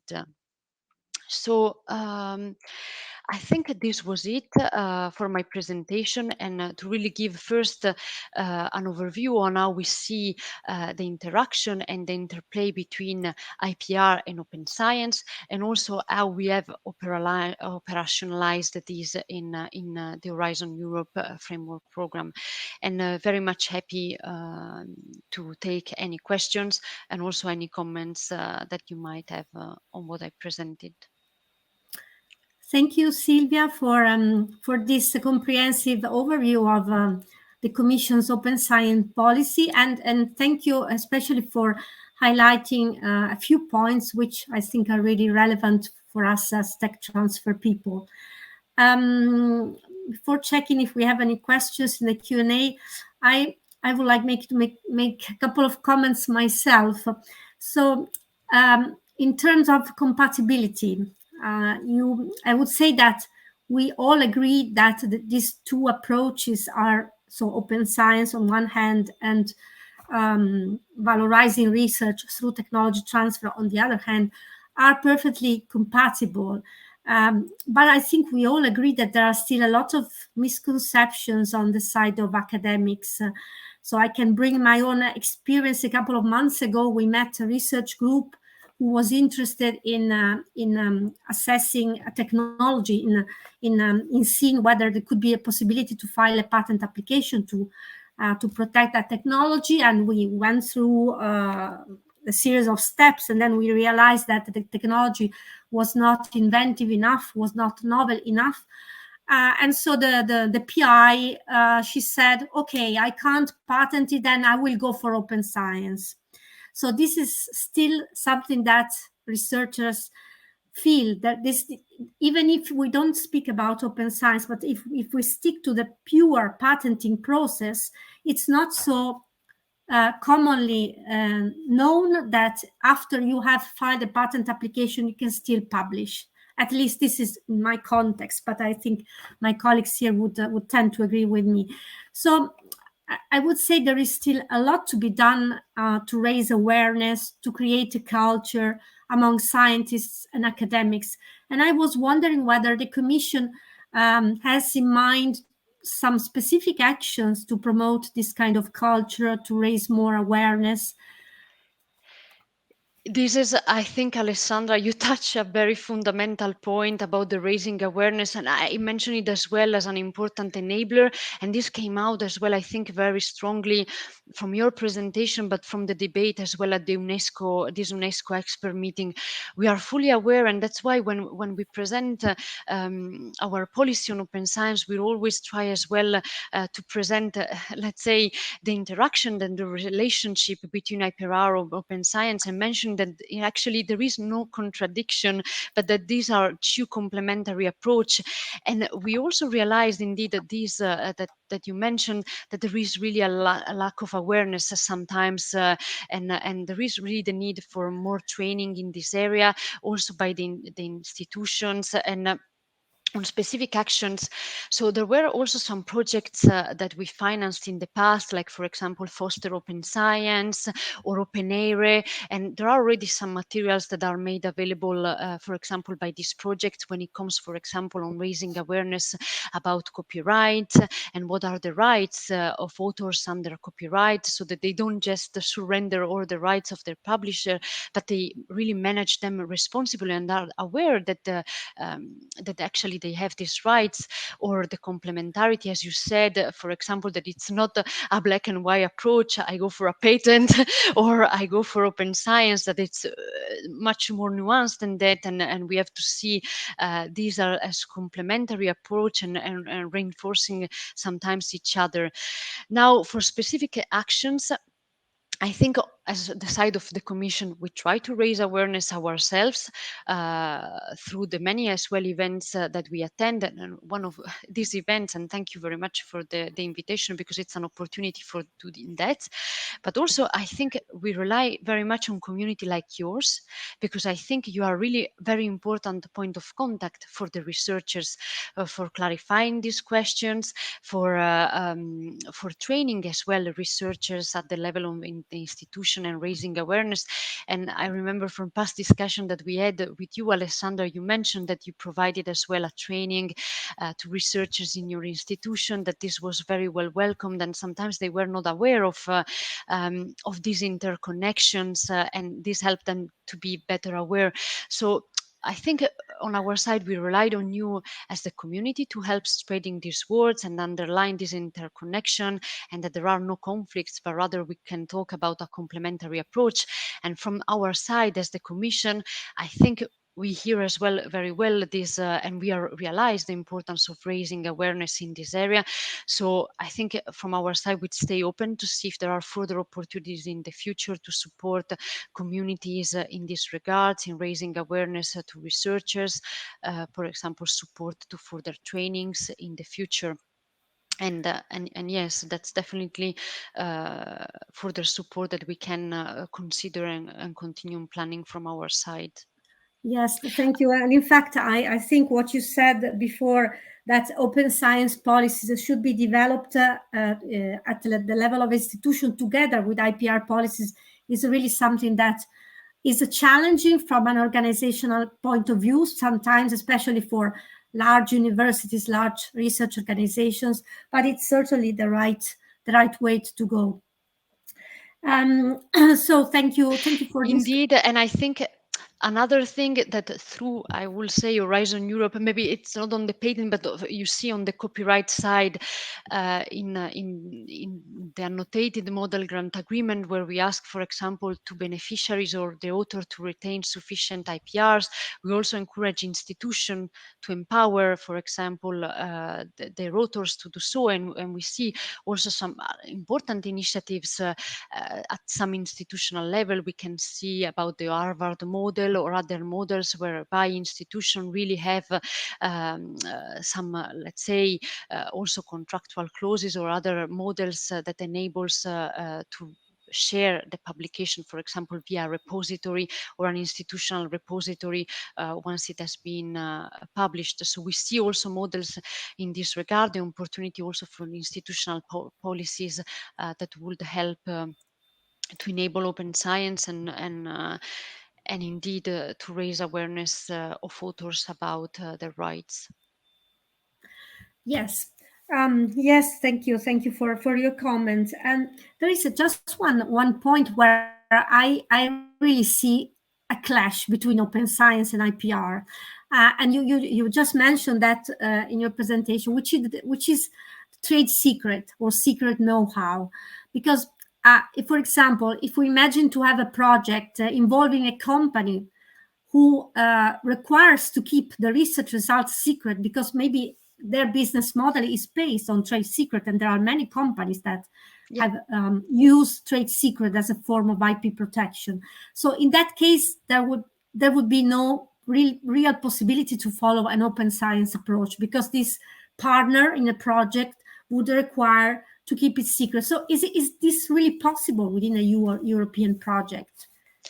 Yes, because as I mentioned, trade secrets is one of, for example, the exception that is recognized in the model grant agreement, under which, for example, the data can be kept closed. So trade secrets are specifically mentioned, and it's true that under the framework program, we finance a lot of projects that have as well industry partners. We have public-private partnerships. So this is, of course, it's foreseen and thought through.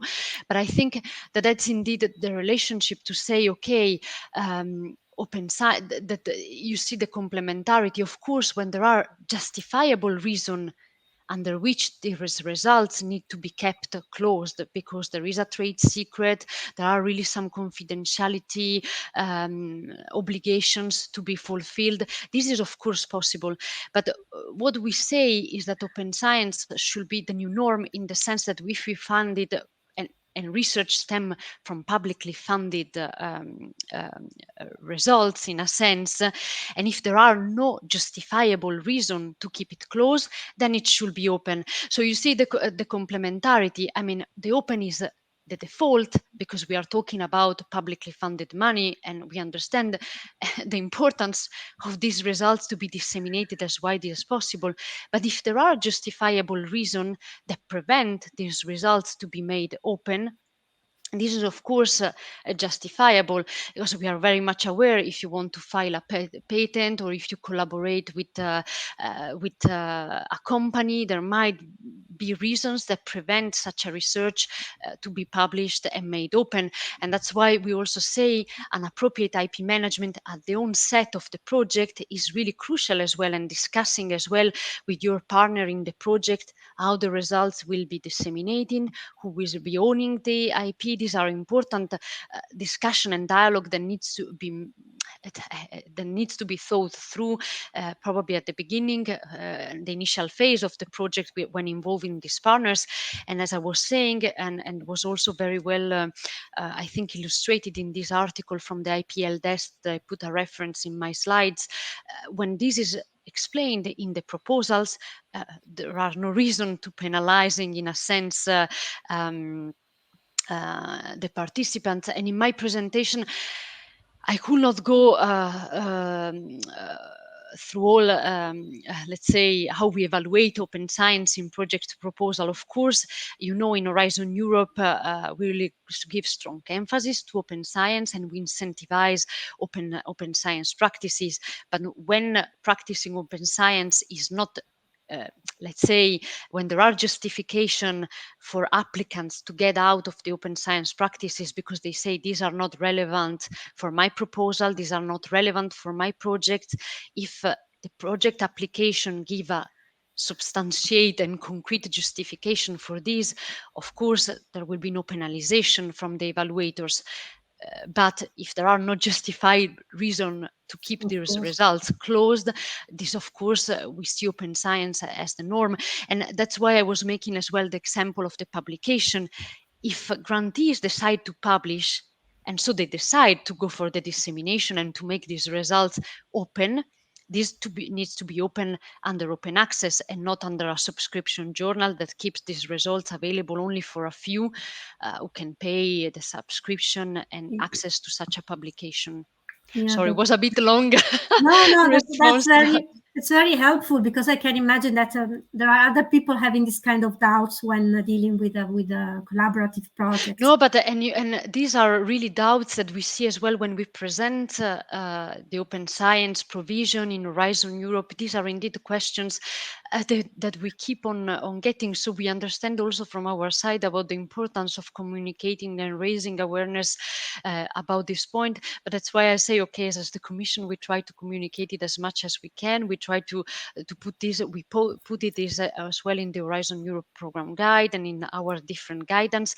But we rely as well and really count on you as well, as you are the interface with the researchers to help us in this endeavor. and we are of course very open to your community in dialogue with us whenever you have any doubts or on this. Thank you very much. That is really very appreciated. I see that we are actually running out of time, just 1 minute early. So I would like to thank you very much for this presentation. I'm pretty sure that this topic is really interesting for the community, for the participants today, and I look forward maybe to further discussion on this topic with this view to create more awareness among not only among the scientists but also among the professionals like us who support the scientists. And so I think that's a very important point that was raised by Kirsi and repeated by you, the fact that the strategies in terms of open science, but also in terms of IPR and technology transfer should be really clear from the beginning. And this is the weakest part, because scientists, when they think about the projects, they don't maybe have all the bigger picture in front of them, and usually they come to ask for support when the project is already there or the results are already there. I see there's one question. Yes, and I wanted just maybe quickly, because I know that we are running out of time, but I think that that the point that is made and the pressure to publish for researchers is a very important point, and I wanted to stress that the Commission is also working on this side, because we know, for example, that an important point is reforming research assessment, because the pressure that the researchers have to publish is also because one of the main outputs that is at the moment valued is publication, the quantity of publication and publication in high impact venue.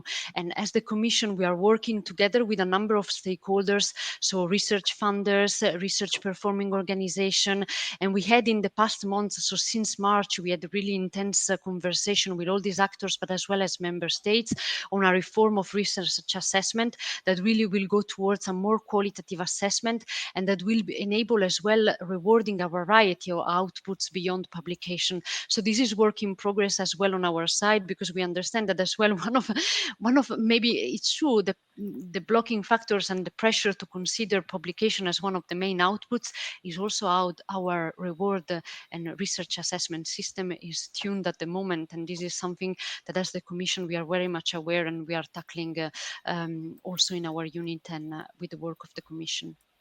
That's really reassuring, because to me this is the major problem when we deal with technology transfer. This is really a major problem, that actually there are no real incentives apart from legislative incentives in terms of revenue sharing. There are no real incentives for scientists to think about valorizing the research through technology transfer, through IPR management. So thank you. And it's really good to hear that the Commission has this problem in mind and is doing something to tackle this challenge. Another question, how does open science... Yeah, just our next... or if you're running out, I can respond to this question in writing if you want. So okay. Our next speaker, Veronica, is having some technical problem to join us. So we have few spare minutes and we can take the coming questions. Okay. So let's take back this question. How does open science apply to copyright in software code developed during research? Yes, so I think that so software, algorithms, and other types of outputs, and as well as any other tools and instrument. So I think the approach is very similar to what we have for research data. So we say, okay, this should be managed responsibly in line with the FAIR principles. And so, for example, we say, okay, this should be following the same approach, as open as possible and as closed as necessary. In the Horizon Europe program guide, I think we give some recommendations, for example, for the licensing of software and to use, for example, some open licenses that are provided, I think, by the Free Software Foundation and so on. So these are recommendations that we give to the grantees when they want to make open the software. And as well, but I think that also in this case, the licenses allow to keep the ownership and to be attributed for the work while making it open.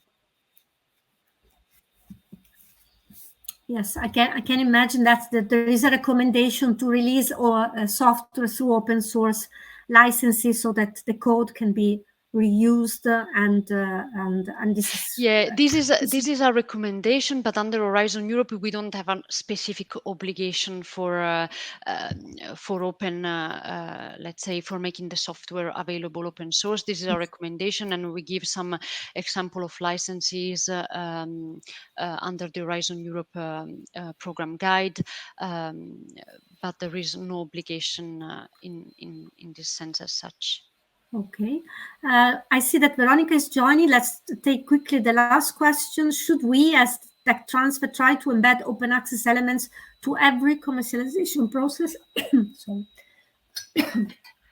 I mean, that's difficult to answer, as I will say that I guess it depends as well every time on the specific product or maybe service that needs to be commercialized, and what are the elements that can be made available through open science and open access. What are the others that needs to be kept, let's say, more closed because of the reasons that we mentioned below. But I will say, yes, whenever something can be made available openly, because it is possible, because there are no, I don't know, trade secrets or confidential information, that it's of course very much welcome. But on overarching recommendation, I think this very much depends as well on the type of product, service at end, and also the aim and the goals that wants to be achieved through the exploitation of this particular application. So, thank you very much, Silvia, for answering all these questions. And I'm sure there will be many more. To you for the invitation, and we'll keep in touch, I guess. For sure. Nana, we are a bit late. I pass the floor to Michelle to moderate the last session.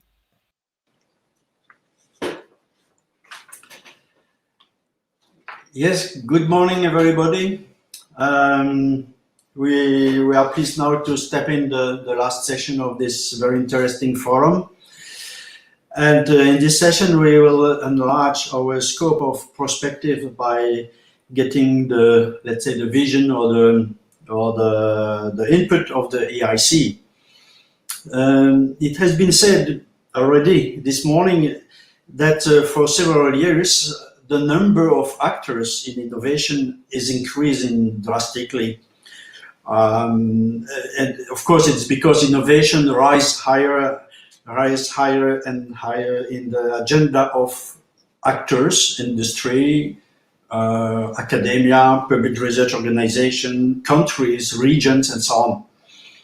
It's also the case with the EU, where actors and internal agencies of a EU supporting the initiative in innovation have also increased, and it is important for us to understand correctly how they are aligned in the strategy of the EU, and especially today how IEC missions are aligned with the ERA initiatives. To get a continuity in the innovation map of EU supports. For discussing this, we are pleased today to welcome Veronica Beneitez-Pinero, Deputy Head of Unit EIC Transition and Business Acceleration Program. And we are happy to welcome her. And so Veronica, if you are well connected now, so the screen and the microphone is yours. Okay. So thank you very much. I'm going to share my screen. Wait. Indeed, I think in what we can say about the it's not that there are more actors. I think there was not an actor like the EIC before in the European ecosystem. So we really came to fill a gap. Can you see my screen? Yes, we can. Veronica, if you could use the reading view. Yeah, perfect. This one. Yeah, perfect. No, I just wanted to make sure before doing something else. So yes, I mean, I want to present what is CIC offering to technology transfer. What is CIC doing in the field of technology transfer? And I want to start with a little bit of refresh your memory. I mean, basically, there was this this study to see what was really holding back European innovation, and the European Commission they map like three main weaknesses in the European innovation. On the one hand, it was the innovation performance. So we do have a very strong research performance, but it's not really translated into innovation. And we do have breakthrough research, but still this breakthrough research and this disruptive innovation, they don't lead to the creation of new markets. So that was one thing that we want to address. Then, of course, there was the innovation funding.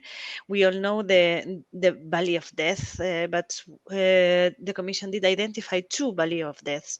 The first one, it was the transition from the lab to the enterprise. This is key, basically, because it requires not only funding, but it also requires the development of skills and really a mismatch of skills. And also the gap of funding when it comes to scale up the high risk innovative startups, because we are really talking about high risk. We are really talking about the need of investing and de-risk these disruptive innovations. And then we have the innovation. We look at the innovation ecosystem, how there are many national and local ecosystems, but it's very, very fragmented when it comes to the European level. So we need to include all the regions and all the talents and take a look at the diversity. And this is the outcome of this study, and the outcome of this, these three lines basically are the funding structures of the European Innovation Council as it is today. On top of that, we also saw that there is the gap to transition. I mean, there is a gap to transition the technologies from research to application. And in one survey that was made from the Commission, the universities, they really consider their weak ecosystem links are with industry, investors, and startups. So that's all together puts the European Innovation Council where it is today. I mean, when they were designing the Horizon Europe, that is really the research program, there was this feeling that this research program will not be completed if we don't have one devoted instrument and an agency that it's to support really innovations and this breakthrough and market created potential. And of course, at the heart of this raison d'etre, this purpose, there is always the transfer of technology. So in brief, the EIC, we have a budget of 10.1 million for the 7 years that the Horizon Europe will last. The mission is to identify, develop, and scale up high-risk innovations with particular focus on disruptive, deep tech, and market-created innovations. The idea is to have an independent board of innovators and presidents, and a president that will set the strategy, and they will really oversee the whole implementation. And on the other hand, there will be the agency, or there is the agency, the EISMEA, that is responsible for the management of the program. Overall, we want to make it a one-stop shop for implementation. I mean, there is also the EIC fund, and it's hosted by the agency. We want to be an institution agile and flexible when it comes to funding. And one key aspect are going to be the program managers. that they will develop the vision of breakthrough and steer portfolio of projects. The EIC allows specific fast tracks for Horizon grant holders. So we want to build in what is already existing in Horizon grants. And we also want to create a correct ecosystem. So there will be also an EIC forum where different innovation ecosystem actors will be invited, and they will meet and they will discuss about the creation of this European ecosystem and the needs, and how can the EIC better fit the needs of the innovators. So, as I said, it is in the heart of the EIC, really, the technology transfer, and this is reflected in what we call the EIC Tech to Market. In our unit where we deal with the transition and the business acceleration services. What do we think it's the Tech to Market? Was really support in transitioning results from research to market. And this support we provide financially, then we try to give this hands-on guidance and with additional services. Please take into account that this is new. So, I mean, things are in the making. I will explain later. When it comes to the financial support, we came up with the idea of setting up a transition grant. So a transition grant is in between the research that comes from the future and emerging previous future and emerging technologies, now the Pathfinder projects, and the accelerator. The accelerator, where it's really when a startup it's already set, and they really have to go deeper into the market. So this is the positioning of the transition grant. It's mainly for Pathfinder projects and ERC proof of concept projects. And they have a funding of 2.5 million per project, more or less, for 2 years.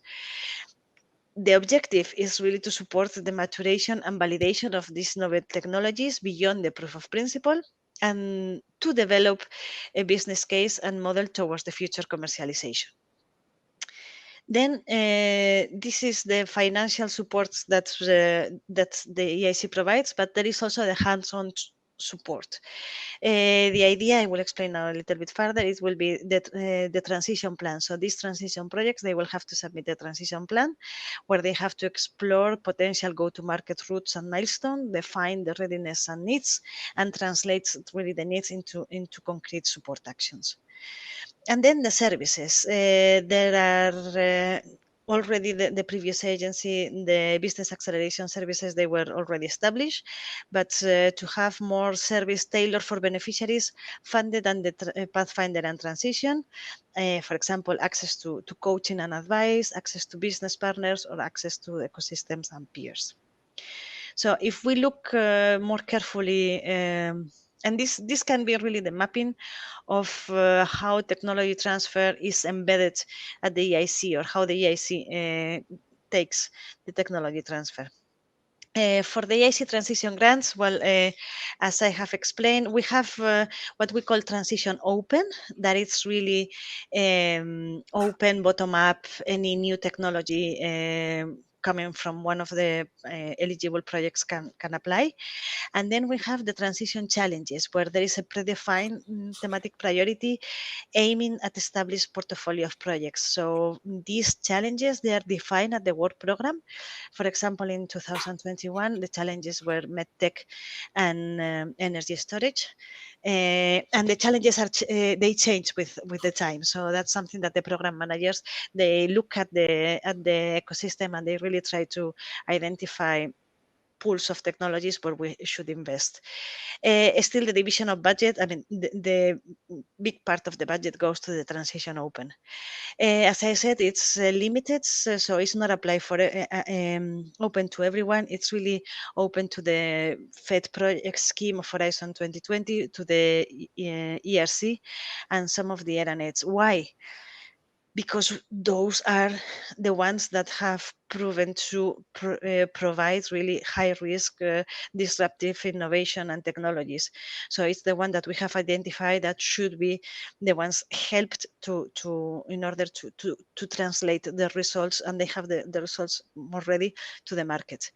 And the financial contribution is 2.5 million, and there is the possibility also to have an additional 50,000 also for portfolio activities. So I guess during the project, especially if they belong to a portfolio of the program managers, they will have they might have to cover some specific issues that they were not foreseen in the original project. So this is why they can opt for this 50,000 extra. Who is eligible for this transition? I mean, so basically this is addressed to innovative researchers to go beyond the experimental proof of concept. It's addressed to entrepreneurs, venture builders, SMEs, spin-offs, corporate, not part of the initial project. We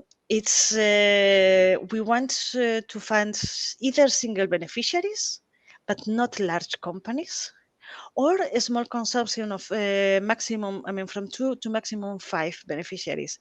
So here there can be consortiums with universities, RTOs, SMEs, user or customer organizations, or end users. So basically, the idea is not that the one that developed the original plan or the original research has to present the transition. I mean, it can be anyone building on the results of a Pathfinder project, as long as they have the ownership, or there is the licensing, and all the partners of the Pathfinder, they allow the beneficiary or the applicant to exploit the results. So we want to open it. We don't want to limit, in the sense that you are the researcher and you have to be the one taking the idea to market.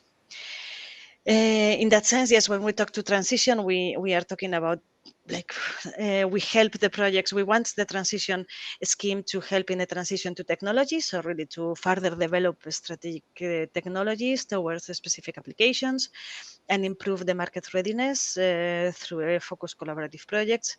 A transition to market, for example, for SMEs or startups, where they have to look for new opportunities, apply the results of the projects toward a specific market application, etc.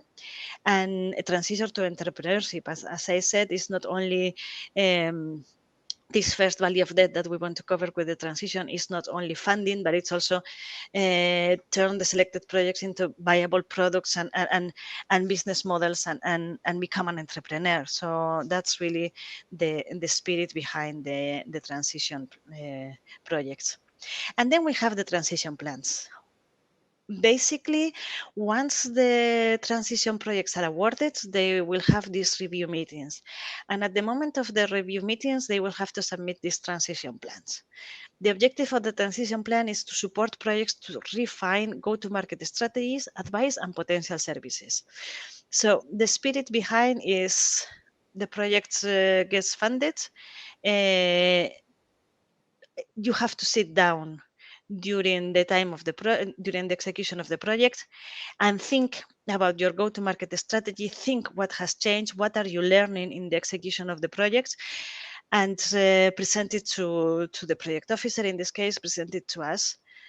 The idea also here is that the projects might be helped by the technology transfer professionals to describe these transition plans, or they sit down with them in order to think, basically.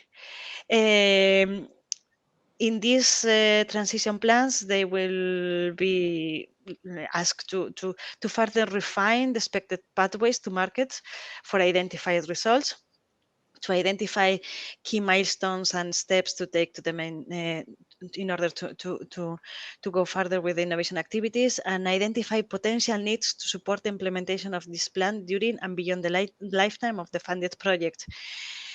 Basically, this is linked to the business acceleration services, or that's the EIC also offers. So the idea here is also to map the needs and to see what kind of additional support they can get, for example, from the EIC, from the EIC community, or they could get elsewhere. This transition plan has to be submitted at every review of the project, basically, because we consider that the go-to-market is really an iterative process. It's really not linear.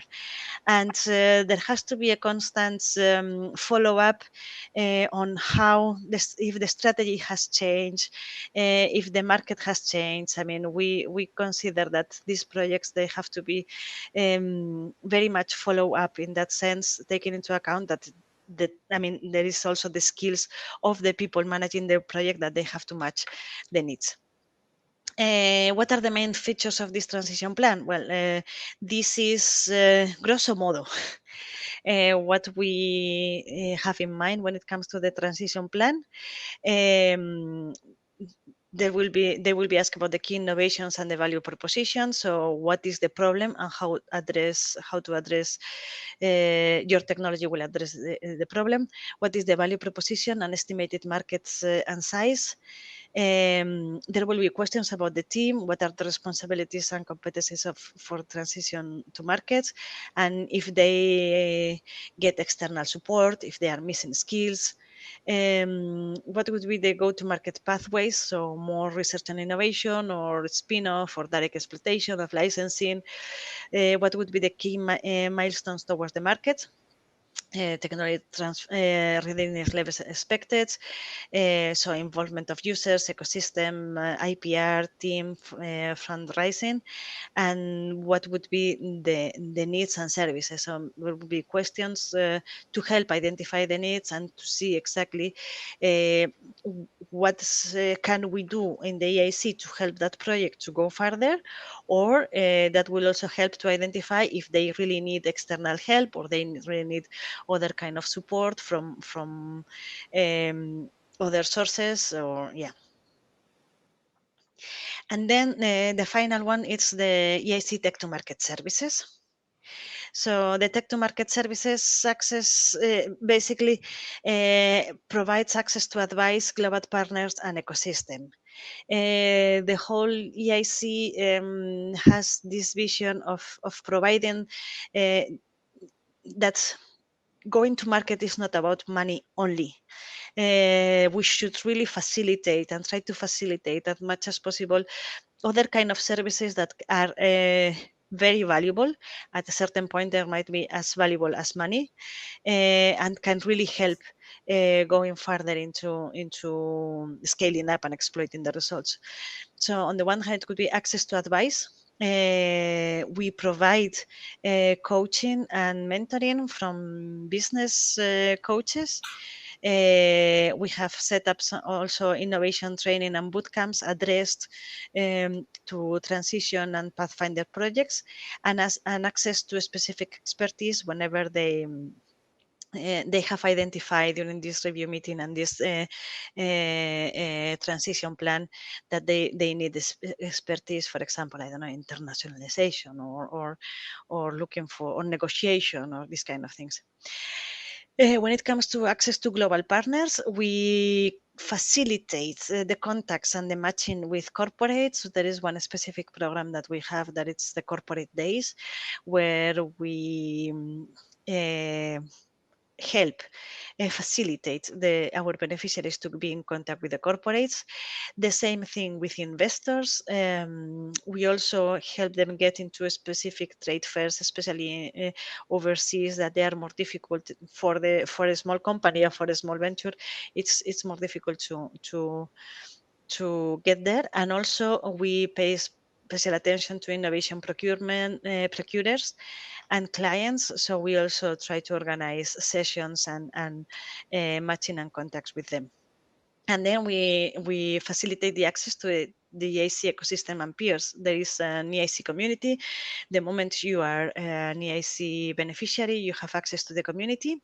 And then we help them with we keep them informed about other EC initiatives such as the Horizon Results Booster, the IPR Help Desk, the IT Kicks, and of course we help them in the process of getting, once they are more established, in the process of getting to the EIC accelerator.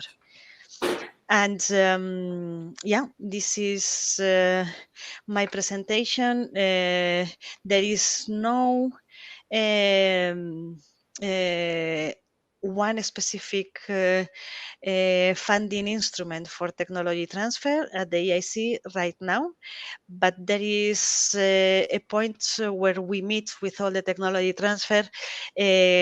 First of all, in the teaching the researchers the importance of the technology transfer. I think these transition plans, they are going to be very useful, and it's a place where the technology transfer offices, they can really help in the definition and identify the needs and become extremely useful for the projects and for the technology to move forward. So yeah, from here I'm happy to take questions. Thank you very much, Veronica, for this very accurate presentation. And first question I can set up myself. You mentioned that there are a lack of common initiatives in EU, so the landscape is very fragmented for supporting innovation. Each country has its own program with own promotion tools or own database and so on. Is there, behind your action, your initiatives, is there any wish or willingness to have let's say a common EU system with integrated database for matching technologies and companies? We know that EU is supporting the EEN as a network. It is important, but it's quite focused for SMEs. So PRO are not so comfortable with this system, especially for disruptive innovation. Is this let's say a vision to have something more EU integrated than instead of country integrated? For instance, there is France Brevet for the French patents. An idea to EU patents. Is it this a possibility or not? That's a basic question. So. Let's see. When it comes to a big European technology marketplace, we would say something like this. Of course, what we don't want to do is to duplicate what already exists. And EEN, it's very successful in that. It's true that it's mainly focused on SMEs. Horizon Europe has put in place the Horizon Results Platform, that it really aims at being a big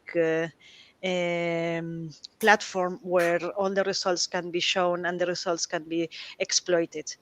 When it comes to the European Innovation Council, on the one hand, we belong to Horizon Europe, so yeah, we are part of this Horizon Results Platform. But there is the CIC community, and there is this will to try to help creating and exchanging, making this exchange happen among the EIC community. I mean, it's something that we have to think about it. So I cannot say now, yes, this is going to be a reality or not. But we are trying to think how to incentivize these exchanges and how to make something to create this wider exchange ecosystem. Yeah. Okay, yes, when it comes to have something at European level, you know, there are always specific limitations such as language and things like this. But yeah, that's something that we might have in mind. Yeah. And the second question was, sorry? Yeah, before giving the floor to the audience, a second question is your action are only focused on the transition of EU-funded research. Mm-hmm. Is it true? Yeah. Yes. Is there any possibility, if not now, in the future, to have also to get support for top research, but which was not funded by the EU, but by a local government or local agency? By now, of course, you have to start. You have to have a starting point, and the starting points where we had identified that it was the best part was really the EU-funded research that has already generated. I mean, that it has the groundbreaking potential. At the end, we would consider if we have impact, if this system is replicated also by member states, like for example that has happened with the ERC. So yeah, we can support. We have limited capacity to support, but we also aim at extending the model if the model is successful to other member states to put in place similar structures where there is a specific focus on this transfer of the research. So yes, this is not going to be the work of one institution only. I think if we really want to have a wider impact, we would need a lot of national institutions trying to come up with a similar example. So we really want to, by now with this, to try to design the whole process in such a way that is successful, and if we consider that is successful, try to enlarge and try to give the example to for example other national institutions. Because I think especially for disruptive innovation, the power of EU is quite different as a country.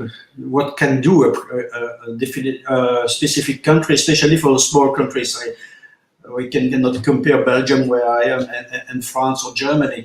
They have other tools or other size to accelerate this disruptive innovation. That's why maybe it can be an idea to have also support for this kind of innovation from EU, even it was not just an ERC project. Other question from the audience? Yes. So there is from David Murphy. So I see many universities find difficulty funding KT professionals. Are there any support available to develop these functions? Not at the EIC.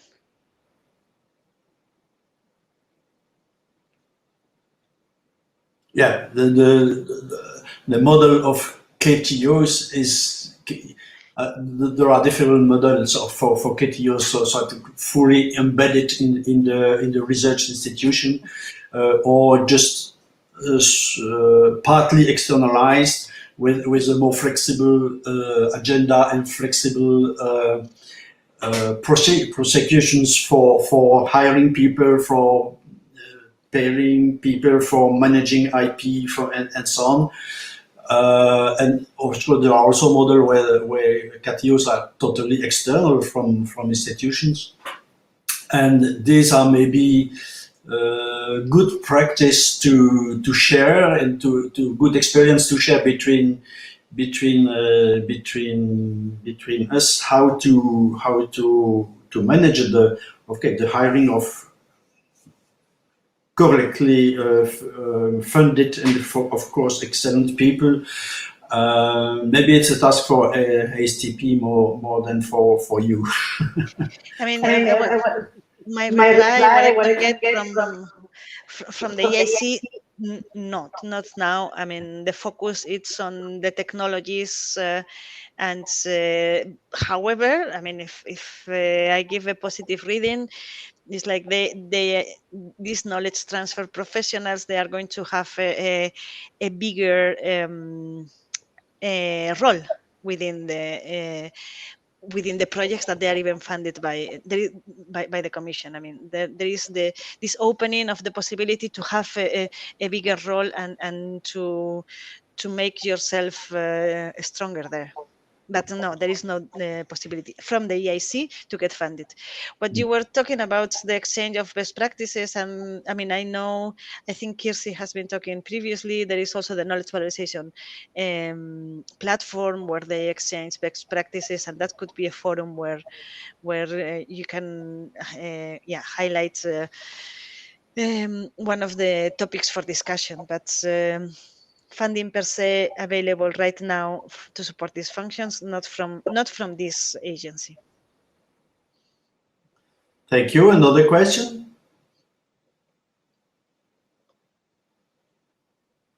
Yep. If not, we are just on time, and I wish to thank for this presentation, for the comments. And I give the microphone back to our president, Cécile, to give some conclusion of this second forum, EU forum with ASTP. Thank you, Michel, and thank you, Veronica. A lot of information again to share and to use. And as a short closing session, maybe first one comment. Well, EC is certainly the biggest source of research funding across Europe. Not the only one, of course. We do have all our national and regional government. We have huge amount of private research in which our PROs, being university or research center, are involved. But as such, EC is having a close eye on how to ensure and maximize the impact of research. So that's the creation of innovation, of new market, and that's valorization. And I must say that for us as professional, such questions are entrepreneurship, transition, wider management of knowledge, and not only of patented IP, or open science, capacity building, ecosystem buildings, even at our frontier. These questions are key and are deeply rooted in our daily life. So thank you very much to all the speakers to give us some insight this morning on the policy and tools to support valorization phases, including through open sciences. And we were also enlightened this morning on the evolution and the support tools on valorization itself.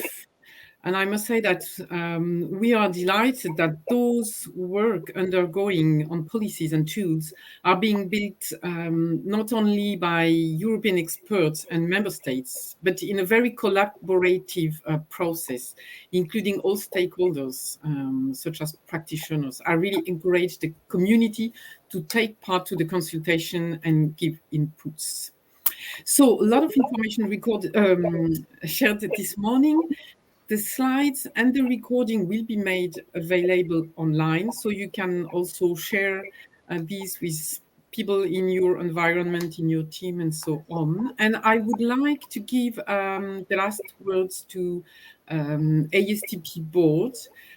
So I'll invite two of our board members to share with us their comments and thoughts on this morning presentation. Let's start with Angie Miller. Angie is our VP community, and she's coming from London, United Kingdom, working at LifeArc. Angie, the screen is yours for a few words. Thank you, Cecile. It was great actually joining this great meeting that Alessandra put together for the European Forum. As many of you know, my role is VP for Communities, which I see myself as joining the dots and enriching the members' activity. Today, I mean, it was great hearing some of the initiatives, hearing the challenges. I'd like, as VP of Communities, that maybe some of the initiatives that we do going forward will address some of these. I know one of the issues is funding for research. The the open science discussion, I think it's a big discussion that can continue for some time. And I think the skills required to have a strategy involving both traditional IP and open science is something that is not easily obtained. But also some of the initiatives, like, for example, supporting roles for KE professionals, it's not something that's widely available. So hopefully going forward, that's something that we can touch on. Cool. Thank you, Angie. And quite a lot of talks to develop not one community, but several communities. Absolutely, got to be ambitious. Not only from regional, from the different métiers, as said, so professions and interest there. Okay, thanks. I will now pass the mic and the screen to Hanna Kosova.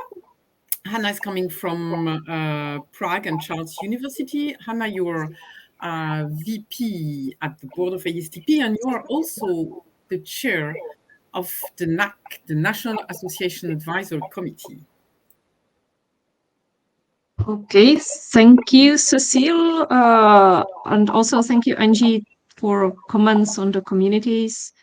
I hope you can see this one slide which actually summarizes very briefly partially what the next steps from the NAC, National Associations Advisory Committee within ASTP might be.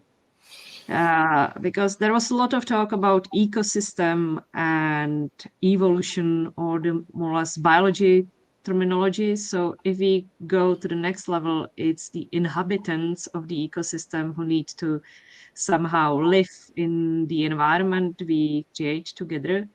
And the inhabitants are individual people, individual professionals who actually tend to gather. I think it's kind of the nature of humans to try to find friends and peers, and we tend to gather in national associations or some national communities which gather under NAC committee.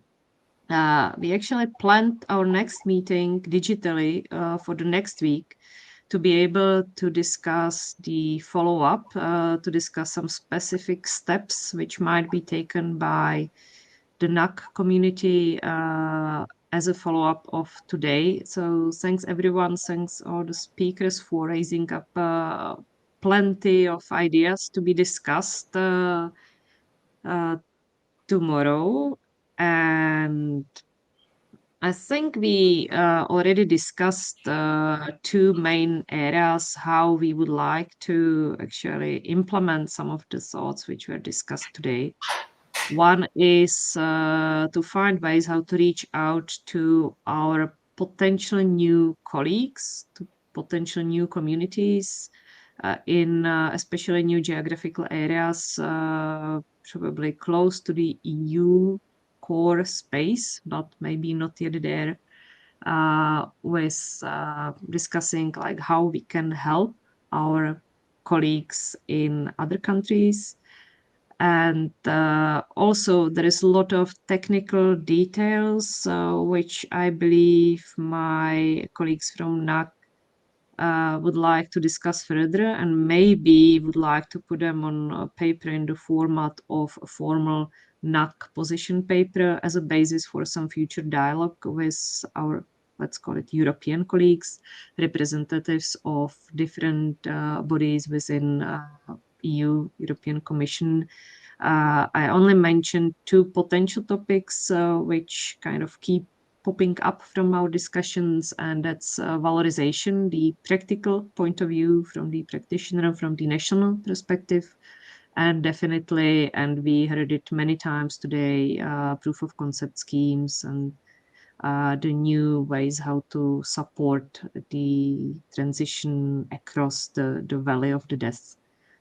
So that's more or less from me, the plans for NAC, and we will discuss it further the next week, and we will definitely invite everyone to take part of in this discussion, and then pass on the messages towards our speakers from today, and we will reach out.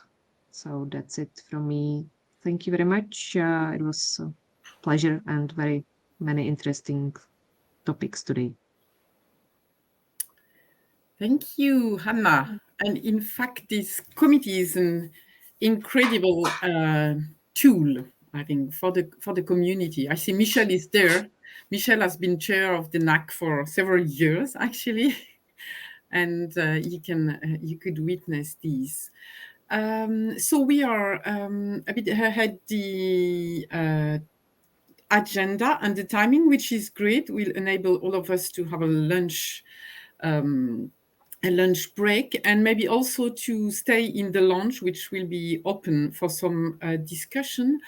2 points. Maybe first, thank you to all our speakers, and very special thanks to Alessandra for having launched these initiatives, and you were a maestria in putting all these topics and people together today. Special thanks to Robert, to Michel, to Henrik and Smilka for engaging in this new EU committee. It's not easy to launch such a committee and to face so many topics and so many opportunities.